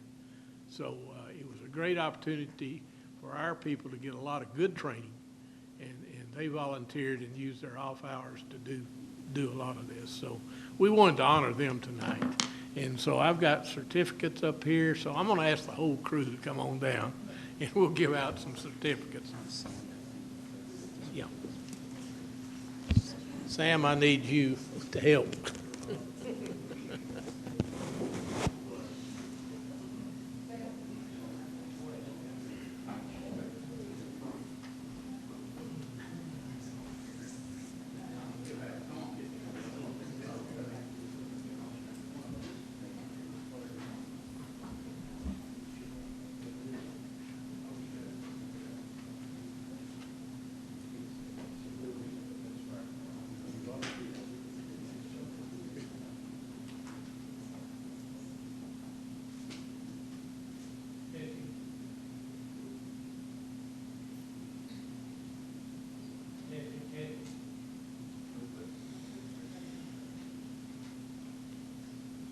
We'll just use this one, Mayor.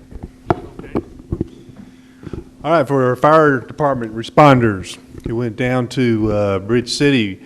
David Leith, if you could step up and get your certificate. Stephen Hatley.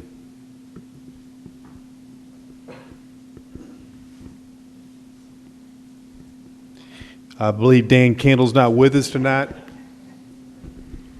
Ken Carmona. Rob Hancock.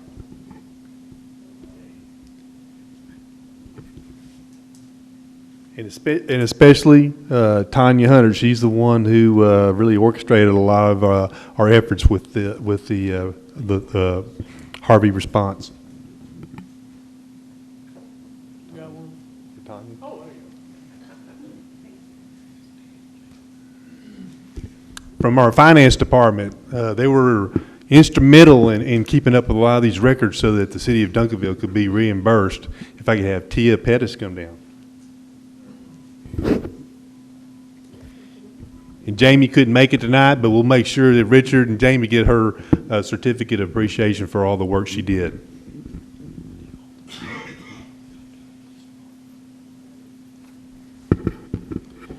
Next is our police department. Not all of the police officers could make it tonight, but the ones that are, we're going to recognize them, and Chief Brown will give them their certificates of appreciation.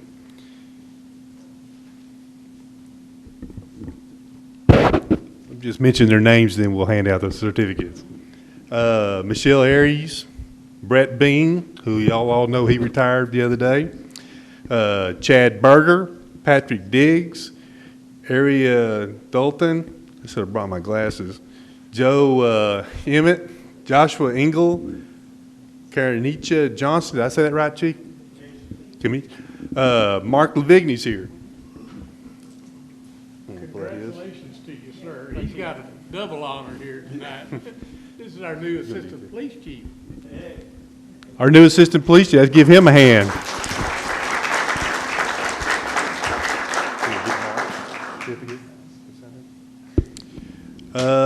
We got Ben Luna. He's here. If Ben could step up.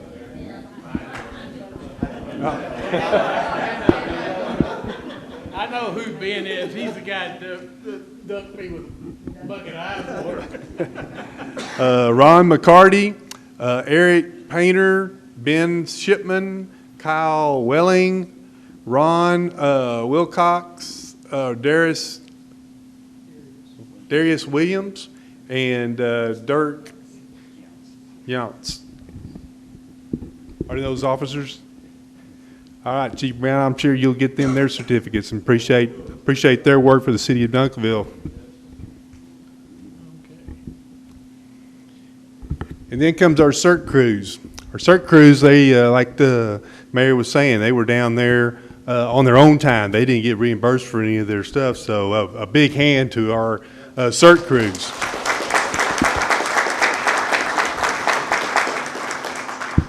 So let's start out with recognition of Donna Brockton, Linda Higgins,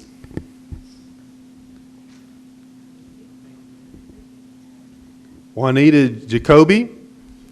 She's not here. This looks like Michael Lewis.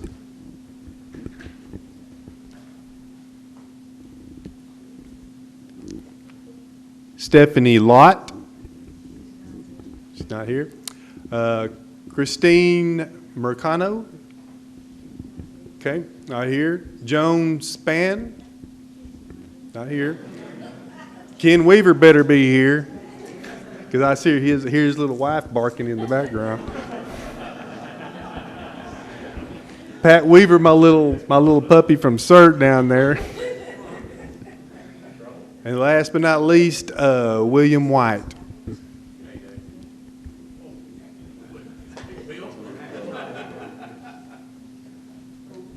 All right, is that everything? Everybody recognize?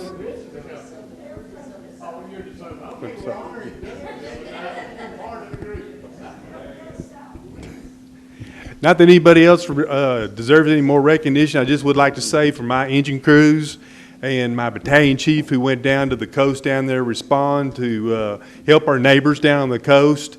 They were gone from their families about 10 days. And they lived in some 10 days.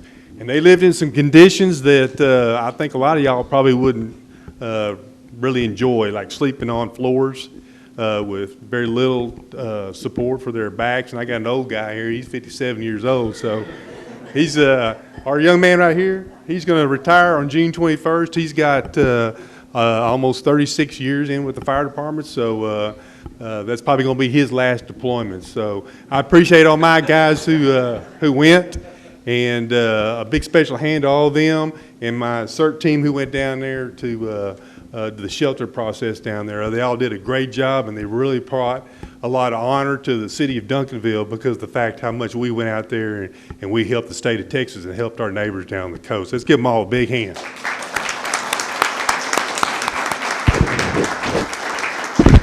These are really nice certificates. It's the City of Duncanville Certificate of Recognition, and they're beautiful certificates, but they don't mean anything compared to what these folks did for Duncanville and did for the citizens of the state of Texas. So we're proud of all of you, and thank you for the hard work you put in.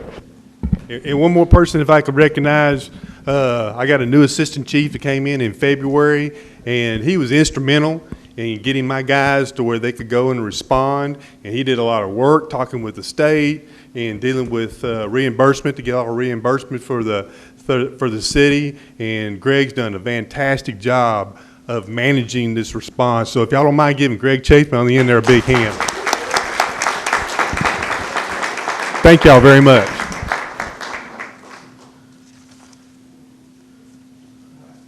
Council member reports.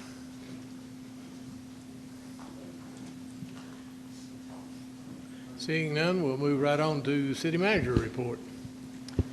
Thank you, Mayor and Council. I would just like to, as a city manager, echo all of the thanks and appreciation for our first responders and also for the CERT team. We appreciate all of the work they did. Very proud of what everyone did, and shows Duncanville, the people in Bridge City know where Duncanville is. Thank you. Item number 3 is our citizens input period. I have a few cards here, and I want to remind you that as your name is called, please come down and give your name, address, and remind you that you can have a 2-minute allotment. First card I've got is Wesley Jameson.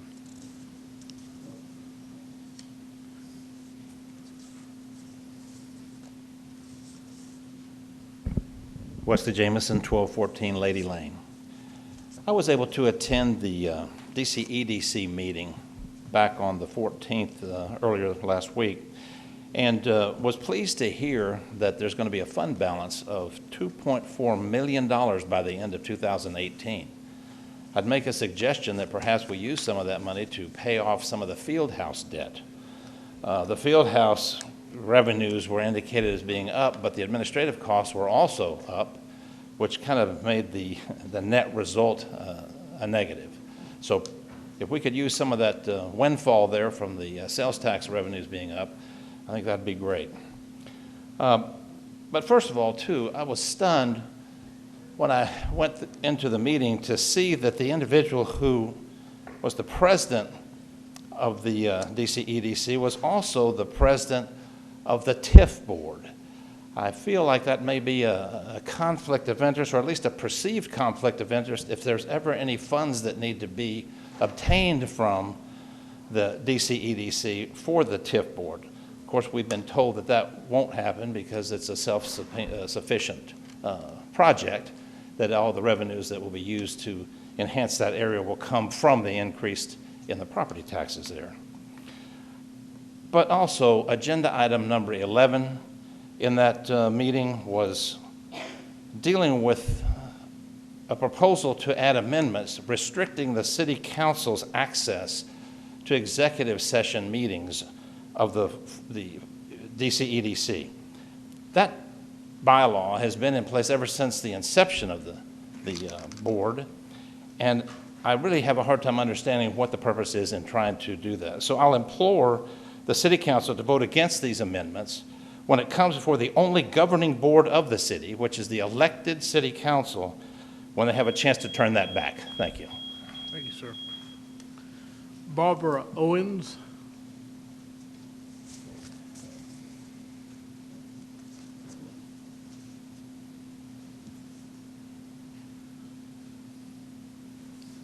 Good evening. Good evening. Barbara Owens, 1526 Natalie Lane. I think all of you are familiar with Natalie Lane, and I hate to come before you again. We realize that your hands are tied because where we live, it is a public street. But since I was here before, we all got notices on our mailboxes that they're going to stop delivering mail to us.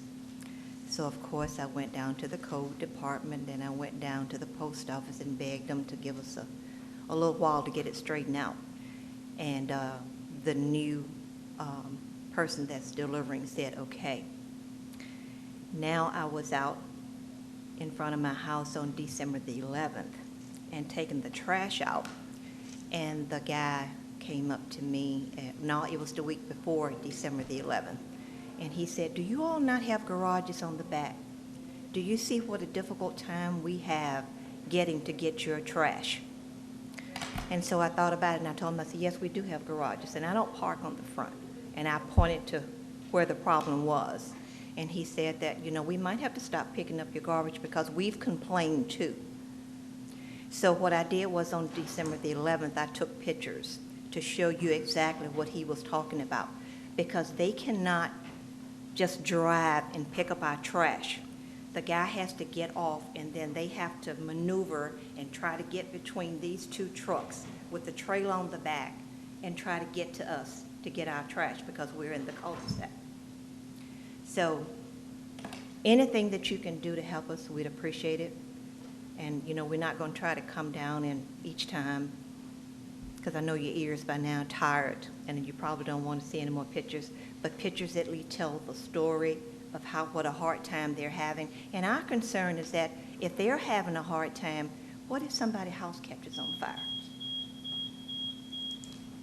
So do you mind looking at any more pictures? Okay, thank you. Thank you.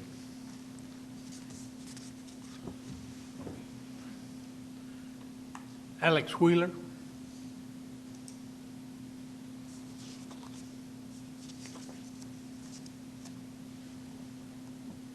Thank you, Mr. Mayor, other council members, city manager. I'm not going to be specific. You've heard specifics before. The only thing that I'm concerned with is consistency, along with persistence. Persistence is a reflection of consistency. And everybody has to work together, police department, code, just need to be consistent. I realize there are shortages. Everybody has shortages.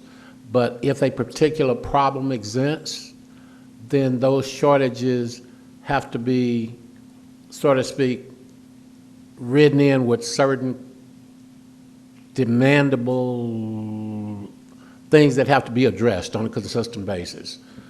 So if you see a violation during that consistency, that means a consistent of patrols, consistent of code enforcement being out. You can't be everywhere at one place, but where you can be, where problems exist, then you need to be.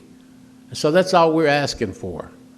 We've recognized certain, when you come through, there are license plates that are expired on the public street. Now, I know that in some cases, being in law enforcement before, law enforcement can't address that unless they're moving. It's a moving violation, but code can. So these are things that have to be realized and reported to the other departments as they happen so that that sore spot can be addressed on a consistent basis. And that's all we're asking for, consistency and persistent. I don't mind a person knowing that if I'm in violation, I want to let that person know that I'm coming to you. Okay, so be aware. That was addressed in code tonight.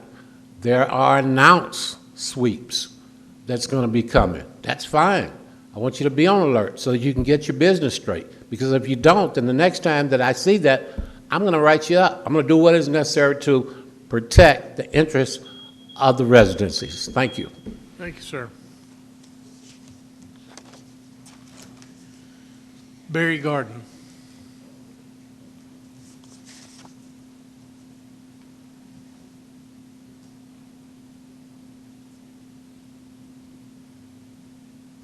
Barry Gordon, 1751 Crescent Lane. Honorable Mayor, Council, City Manager. At the outset, I want to state that some inaccuracies have been presented here tonight. Mr. Jameson incorrectly said that the president of the EDC. We don't mention names. Previous speaker mentioned some inaccurate information. I wish to correct that the president of the EDC is not the president of the TIF. That can be looked into for the record and corrected as stated.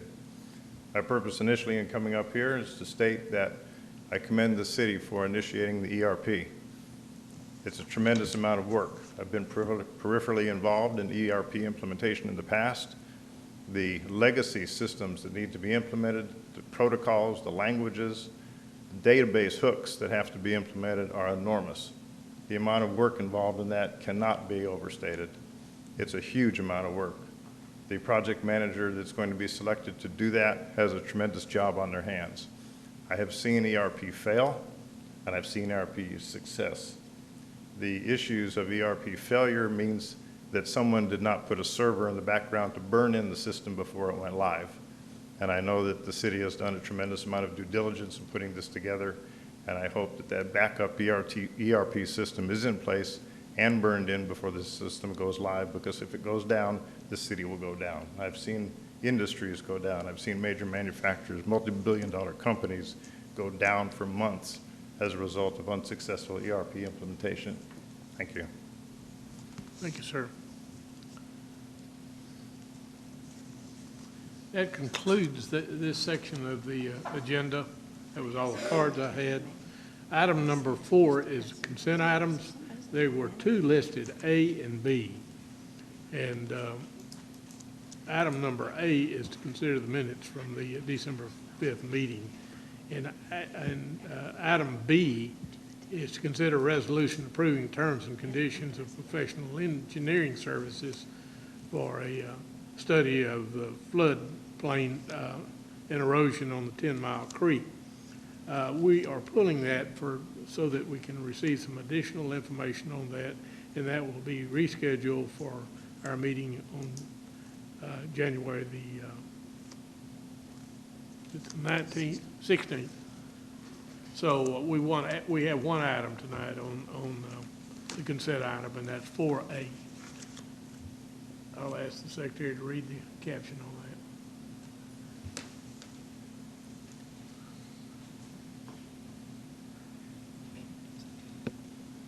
Item 4A, consider the minutes for the December 5, 2017 City Council regular meeting. Okay, that's the caption on it. We had some discussion on this at our prior meeting, so the chair will entertain a motion concerning this item. I move to approve. Is there a second? Second. Motion and a second. Will you please vote?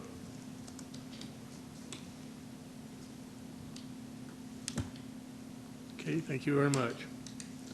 Going into the items for individual consideration, item number 5A is to conduct a public hearing to consider an ordinance amending ordinance number 1215 to rename a portion of the public street, namely Middale Road, from its intersection with Greenstone Lane to the point of intersection with North Cedar Ridge Drive, 800 through 1,000 blocks of Middale Road to Kathy Self Morgan Way.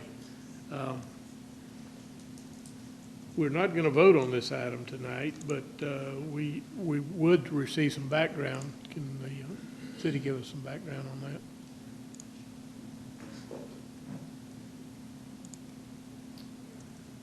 Mayor, City Council, again, this is just to open the hearing for the street name change from Middale Road to Kathy Self Morgan Way. Just a little bit of the background. 17 November, we received a request from the city, from the Duncanville ISD to rename the section of street. On 6th December, we mailed the notices to the properties that abut the section that in question, which only had one property, which is the Trinity Church of the Nazarene. On 8 December, we posted the notice informing them of the street name change.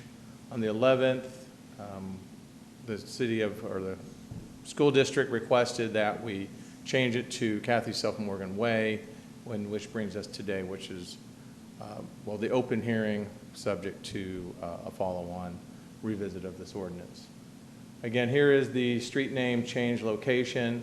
What's important to do this is that in this particular segment of Middale Road, the ISD owns both properties that abut it or have Middale Road addresses. Again, the Trinity Church of the Nazarene, which is just below, right there at the corner of Cedar Ridge and Middale. Oh, I'm sorry. Well, it's just right there to the far right of the yellow line.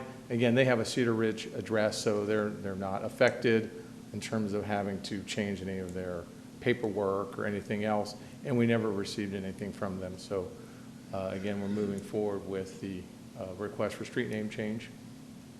Again, a little background on Kathy Self Morgan. As you all know, she's had a very successful career with the Duncanville ISD, and that is why they want to request that this segment be renamed in her honor.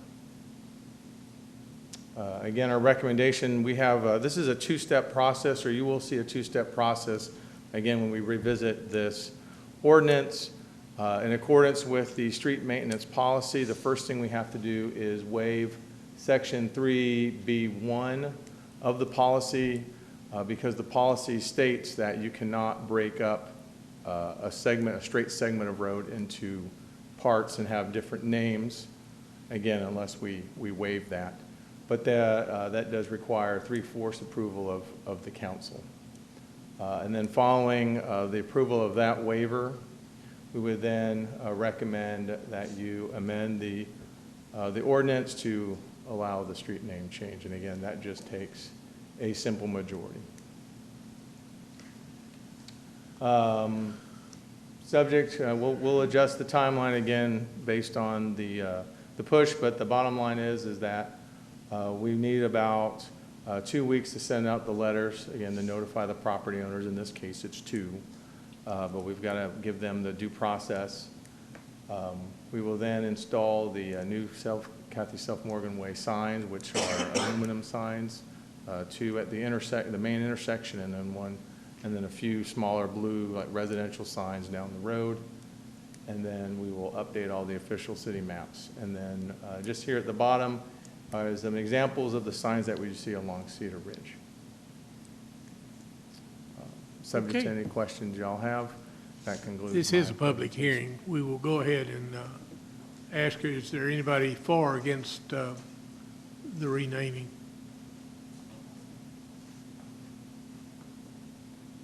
Seeing none. Mayor, on this item, and so that we don't have to incur the cost of reposting the notice, if the council would make a motion to continue the public hearing till January 16th, 2018. Okay. I make a motion that we continue the hearing until January 16th. Second? Second. Okay, the motion is second. And I want to explain the reason we're having to do this tonight. It requires a supermajority. We've got 2 council members out tonight, and so we don't have that supermajority. So that's the reason that we're having to postpone it or reschedule it for the June the 16th meeting. One of the councilmen, her father passed away. The funeral was Friday, and then the other one's on vacation. So we'll have to do that. So you've heard the motion. There is a second. Will you please vote? Okay, thank you very much.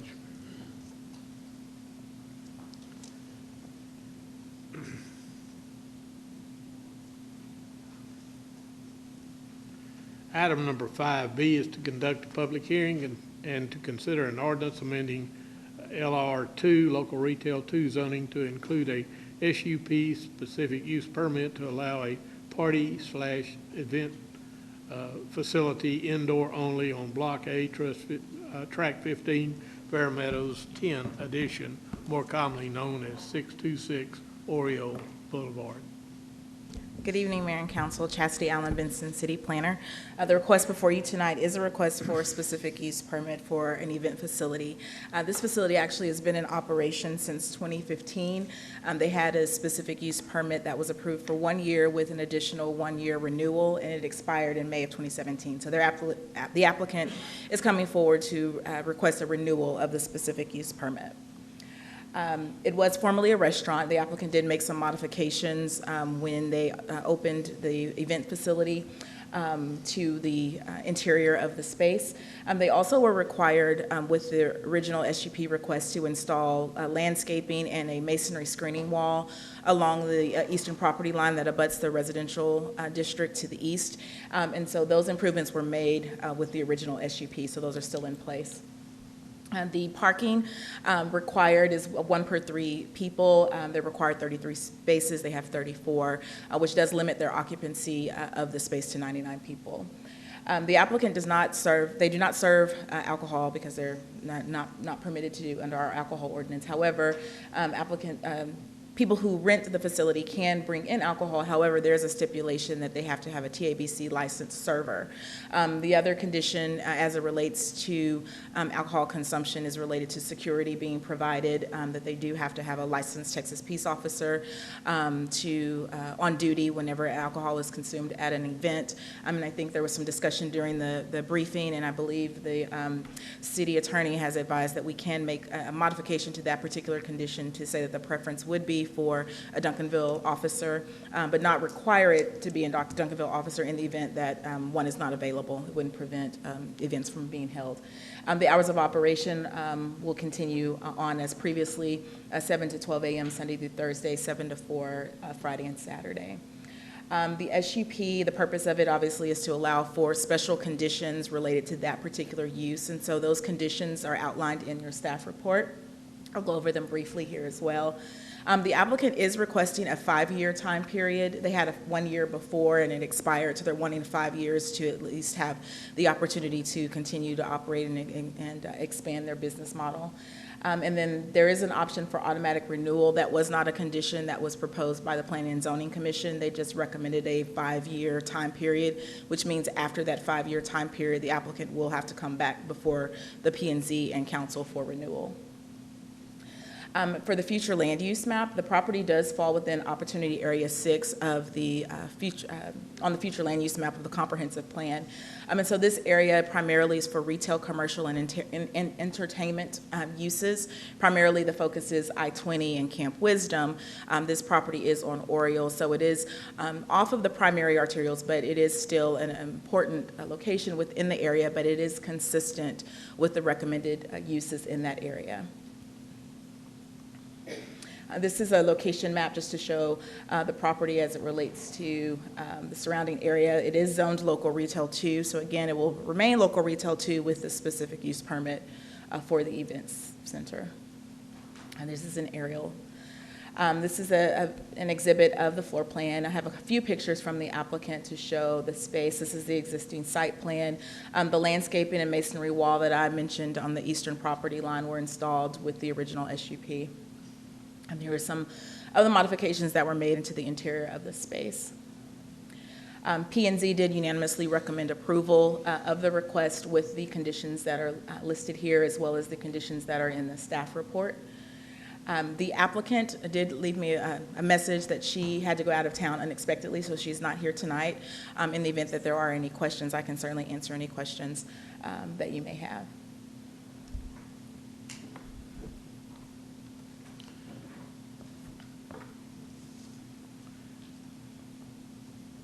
Let's, well, go ahead. I started to say, this is public hearing. I thought I'd go ahead and get that.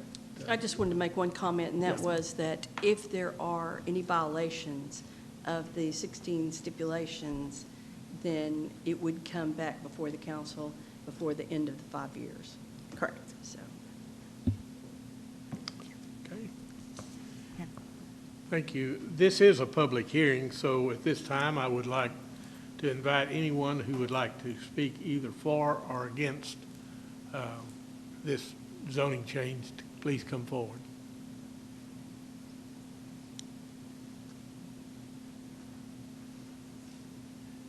Seeing none, the chair will entertain a motion to close the public hearing.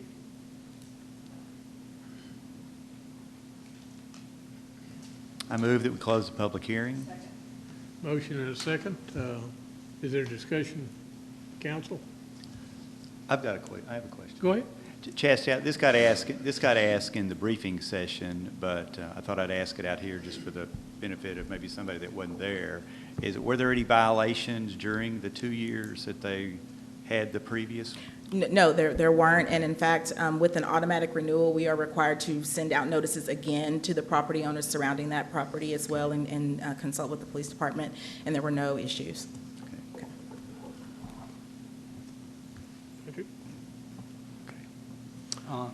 Mayor, just for the record, I've made the change in that special condition for the preference for a Duncanville police officer in the special conditions which form a basis, the SUP, based on the request of Councilman LeBlanc. Okay, and your motion, the motion does include that?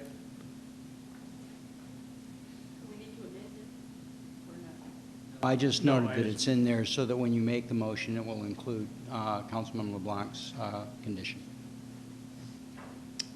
Okay, is that agreeable?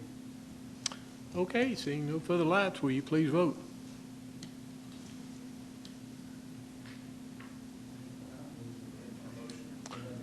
Oh, we did have a motion. We had a motion and a second, didn't we? To close the meeting. My mistake. All right, is there a motion? I'll make a motion that we accept the, with the amendment, we accept the proposal for this project. SUP with the conditions. Second. Okay, motion and a second. Now, any further discussion? I have a straw. Please vote. Oh, wait a minute. Did you get all 5? Okay, please vote. Who's not voting? didn't push my button hard enough. I confess. All right, item number C. Conduct a public hearing and consider an ordinance to amend the L1 light retail zoning to include an SUP special use permit to allow a church on Lot 1, Block A, Techwood Industries, 1/6.71, 10 acres, more commonly known as 520 Big Stone Gap. This is a public hearing now. Go Yes, ahead. sir. Mayor and council, the request before you is a special use permit for a church in light industrial zoning. Formerly the Duncanville Church of Christ, which is now Grace Place Church, has been located at 402 West Daniel Dale Road since 1987 on a rather large site. And so they are intending to sell their property to a charter school and relocate to this proposed location. Per the zoning ordinance, an institution of religious, education, or philanthropic nature in a non-residential district requires a special use permit. The property is about 6.71 acres. It is developed with 2 buildings. They are both vacant at this time. The church plans to renovate the existing 2-story building for their primary worship service sanctuary, a chapel, some classrooms, but they also intend to build a new 12,000 square foot building that would include some community rooms and some fellowship space. They also intend to make some improvements to the property, ranging from updating some of the parking areas, adding some landscaping and some amenities to for their patrons as well as the community, including a small walking trail, pavilion, those types of things. There is sufficient parking on the property to accommodate approximately 900 seats in the church. Ultimately, the number of seats will be dictated by the occupant load, but this is just to note that there are approximately 305 parking spaces on the property, which could accommodate that particular number of seats based on the zoning ordinance. Again, special use permits are an amendment to that particular zoning district, so it allows for the industrial district, but it also allows for the overlying use granted by the SUP. It can be issued for an unlimited or specified time limit. The P&Z did recommend an unlimited SUP on the property as long as it is used for a church in this instance because of the level of improvements that the applicant is making to the property. The zoning ordinance does lay out provisions that can be considered when you all are considering a special use permit. Those things range from the site plan, the approval of the uses, a time period, future growth and effect on economic development. All of those things can be considered when you are looking at a special use permit. The property does fall within another opportunity area within the comprehensive plan, Opportunity Area 3. This area has been identified to remain as the city's light industrial, heavier commercial, and office park hub. So that was a consideration in evaluating how this area would function in the future.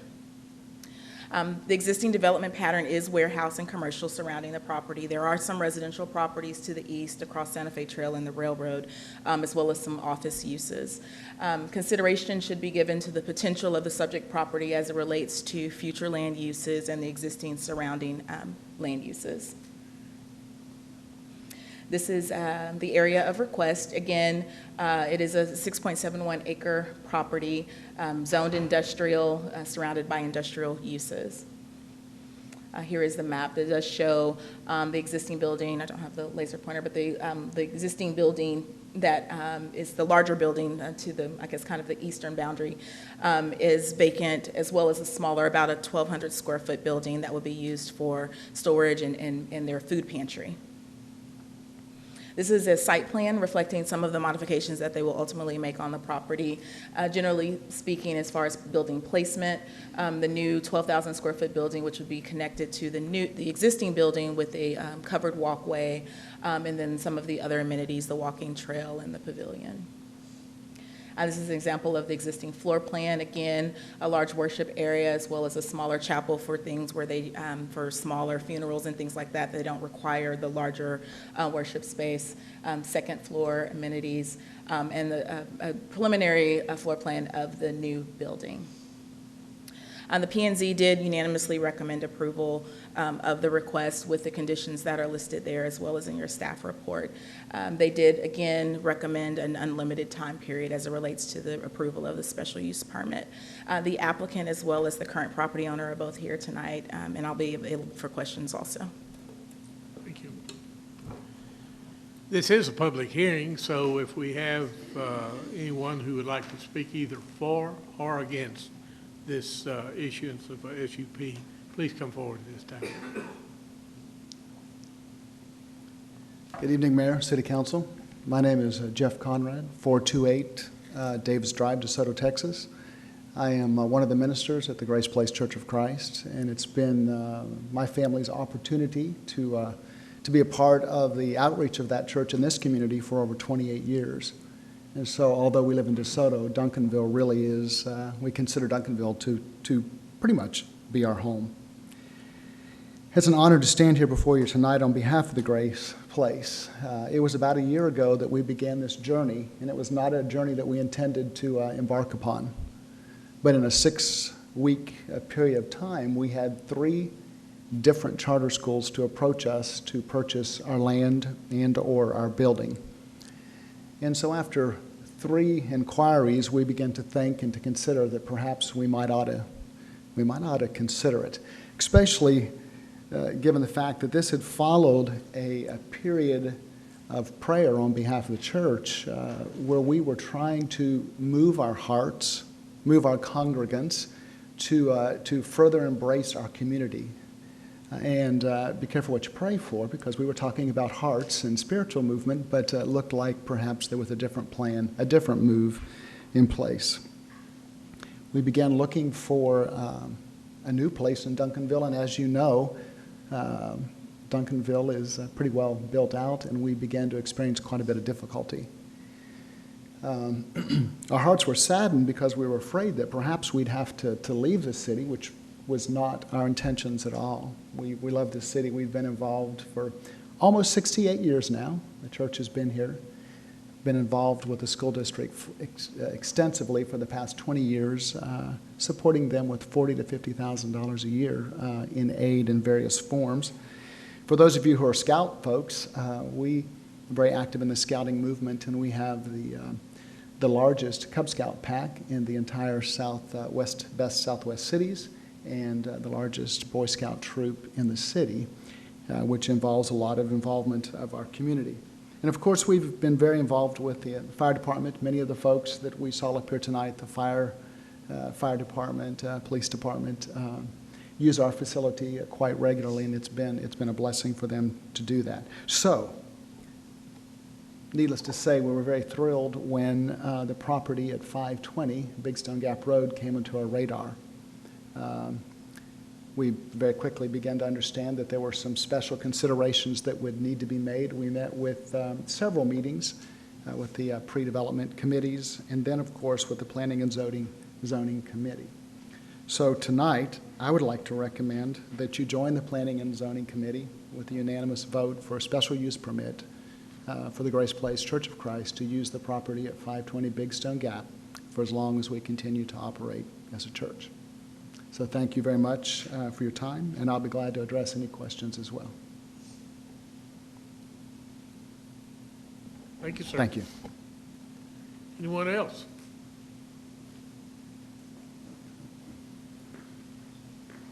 Hi, y'all.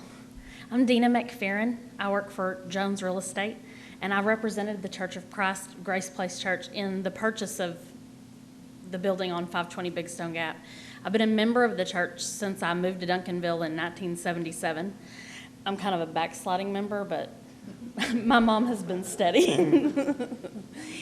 and I sell real estate in this area, and I think this is a fantastic move for the church. We searched high and low for the right property, and this space in this area is really the best fit for the community and for the church. They have so many outreach plans to move into the industrial section across the street to reach out to all those workers and host lunches and breakfasts and have a soccer field for them to come and play on. And I just think it's a fantastic move for the community, and I know it's a great move for the church. and I hope everyone votes yes. Thank you. Thank you. Anyone else?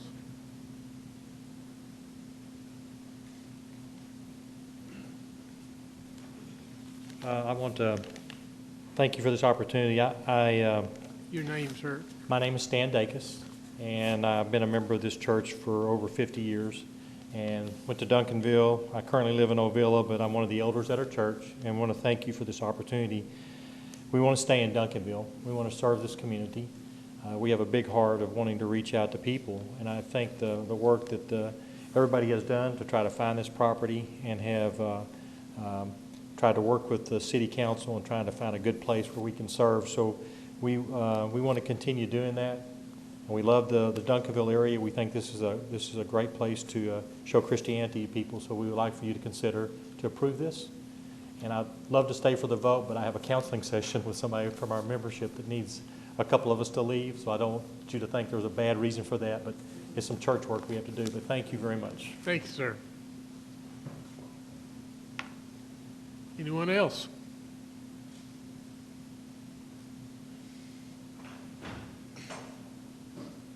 Well, seeing none, Chair will entertain a motion to close the public hearing. Make a motion to close the public hearing. Motion and second to close the public hearing. Will you please vote?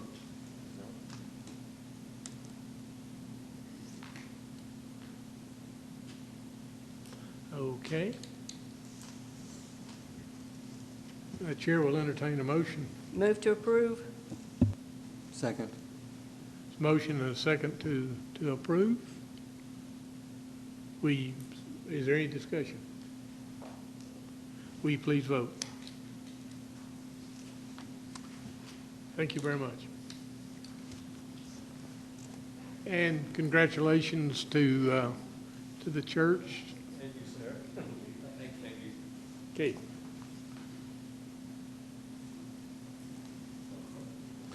Item number 5D is to consider an ordinance amending Chapter 12 miscellaneous offenses and provisions by adopting a new Article 25, parking in non-residential areas, to restrict parking in non-residential areas, and amending Appendix B, Ordinance Number 759, subdivision regulations, to delete a provision which is duplicative of the language added to Article 25, Chapter 12, miscellaneous offenses and provisions. Again, good evening, Mayor, City Council. This particular briefing is to relook the ordinance about the non-residential parking. A little bit of the background, as you remember, back in October we did the citywide bus tour, and then on the 7th of November I presented some background on parking in general throughout the city, and I was directed to update the ordinance to address the ambiguity that was presented related to this particular ordinance today. As again, we're here today for the ordinance update or proposed ordinance update. So again, how changed?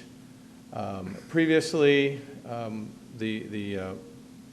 the language that had to do with parking on unimproved surfaces existed in the subdivision regulations, but the ambiguity in the subdivision regulation, or originally, was parking on unimproved surfaces basically throughout the city was not allowed unless you had special circumstances, either the license or use agreement or a special event permit.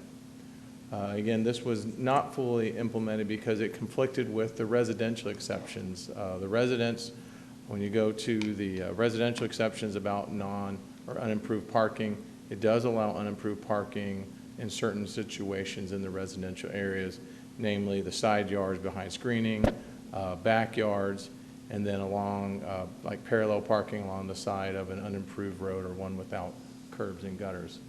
And so what we were doing, the purpose of this ordinance, proposed ordinance, is to revise that language, move that language to a new Article 25 in Chapter 12, which again is parking in non-residential areas. The main key language change that you see highlighted in red is to say that we're parking on unimproved surfaces in non-residential areas is not allowed unless you have a special use permit or a special event permit, or a specific license agreement, I'm sorry, or a special event permit. And again, that would eliminate the ambiguity as currently written. So again, just to reiterate, these are examples of the license or use agreement, which is the upper left. This is the parking lot that's across the street from the field house. And then again, the unimproved surface there on the bottom, which is a special event permit. They open that up when there's tournaments. So these are examples of where this would still apply. And again, all we're really doing here is just getting rid of some ambiguity.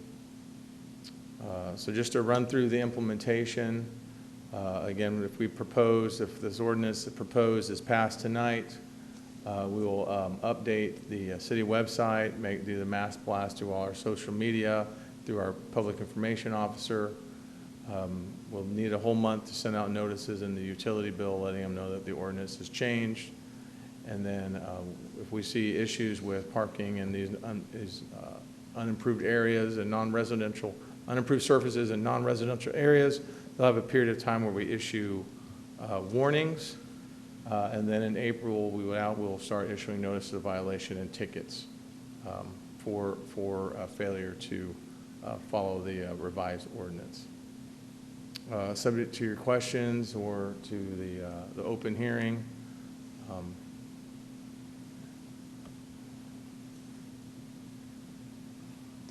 Okay. Don't everybody speak at once. The chair will entertain a motion.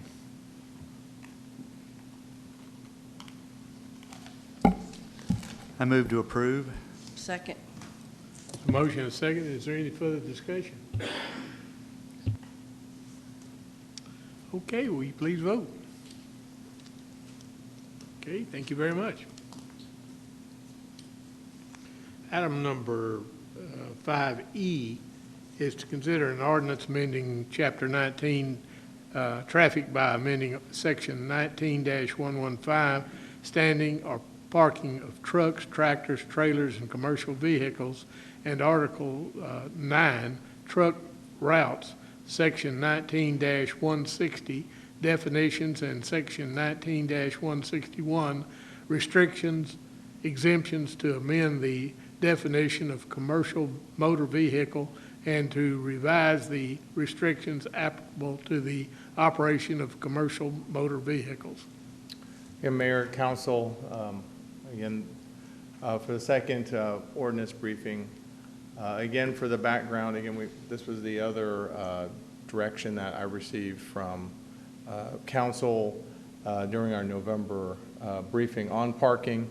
And this one was to update the definition of commercial vehicles to scale them down. Again, how changed? So previously, and I've got a slide showing some pictures, but basically, again, the previous definitions of commercial vehicle was anything over 26,000 pounds for a vehicle, or anything over 10,000 pounds for a trailer. And then it also shows up in the truck routes article as a very convoluted description of what makes something a commercial vehicle. And what we're doing here is just revising it to adjust the definition of commercial vehicle so it's more standard throughout the ordinance, as well as reducing the gross vehicle weight of what qualifies or determines what is commercial and what would be more just home use.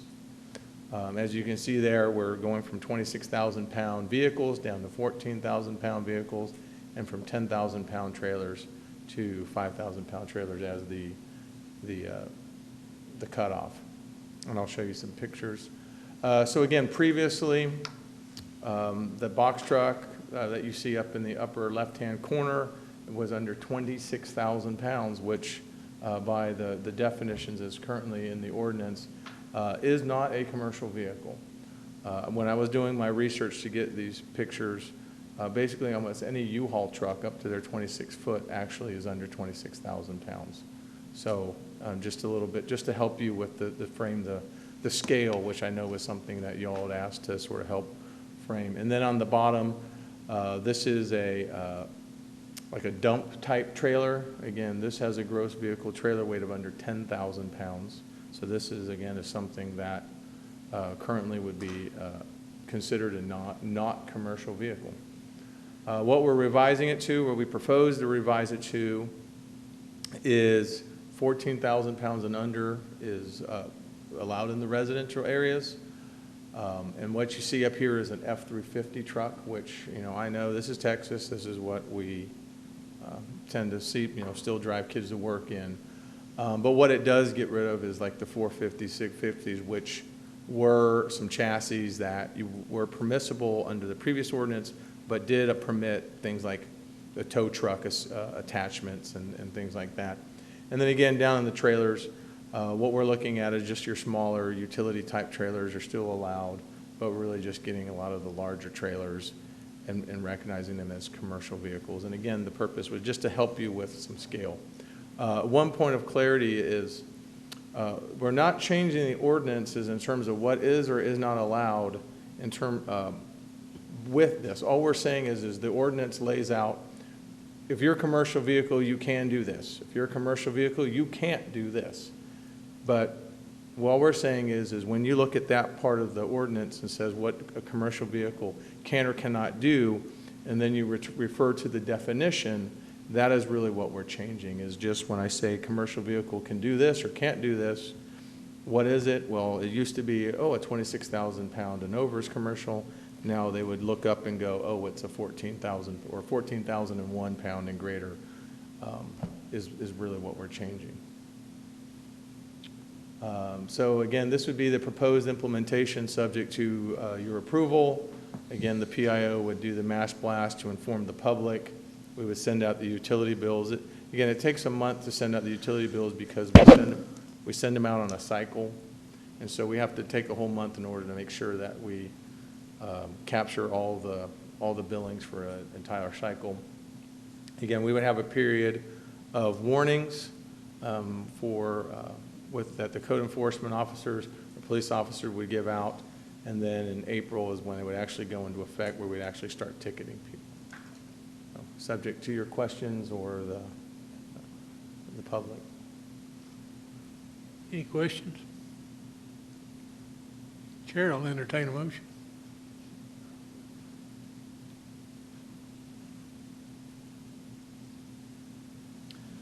I'll move to approve. Second. We've got a motion and a second. Any further discussions? Please vote. Thank you.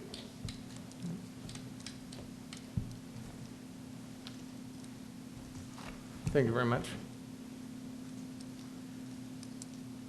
Item number 5F is to consider a resolution authorizing the mayor to review and approve the Southwest Regional Emergency Management Plan for the city of Duncanville. We're going to reschedule that for the January 16th meeting.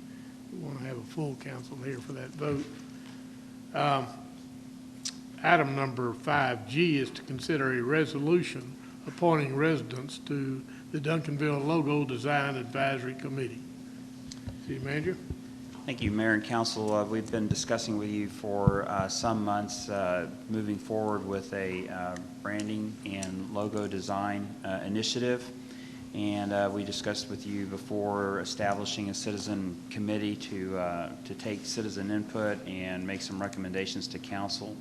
So what the item before you tonight is to establish an ad hoc Duncanville Logo Design Advisory Committee. We do hope to get this kicked off in January.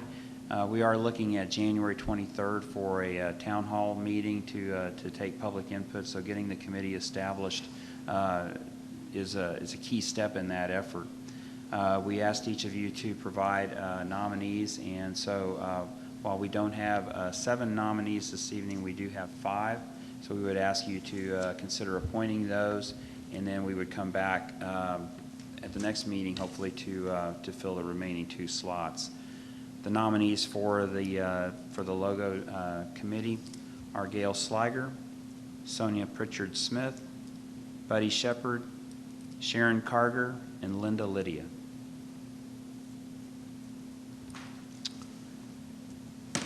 Chair Move will to entertain a approve. motion. Yeah, move to approve. Is there a second? Second. Motion and a second. Any further comment? Please vote.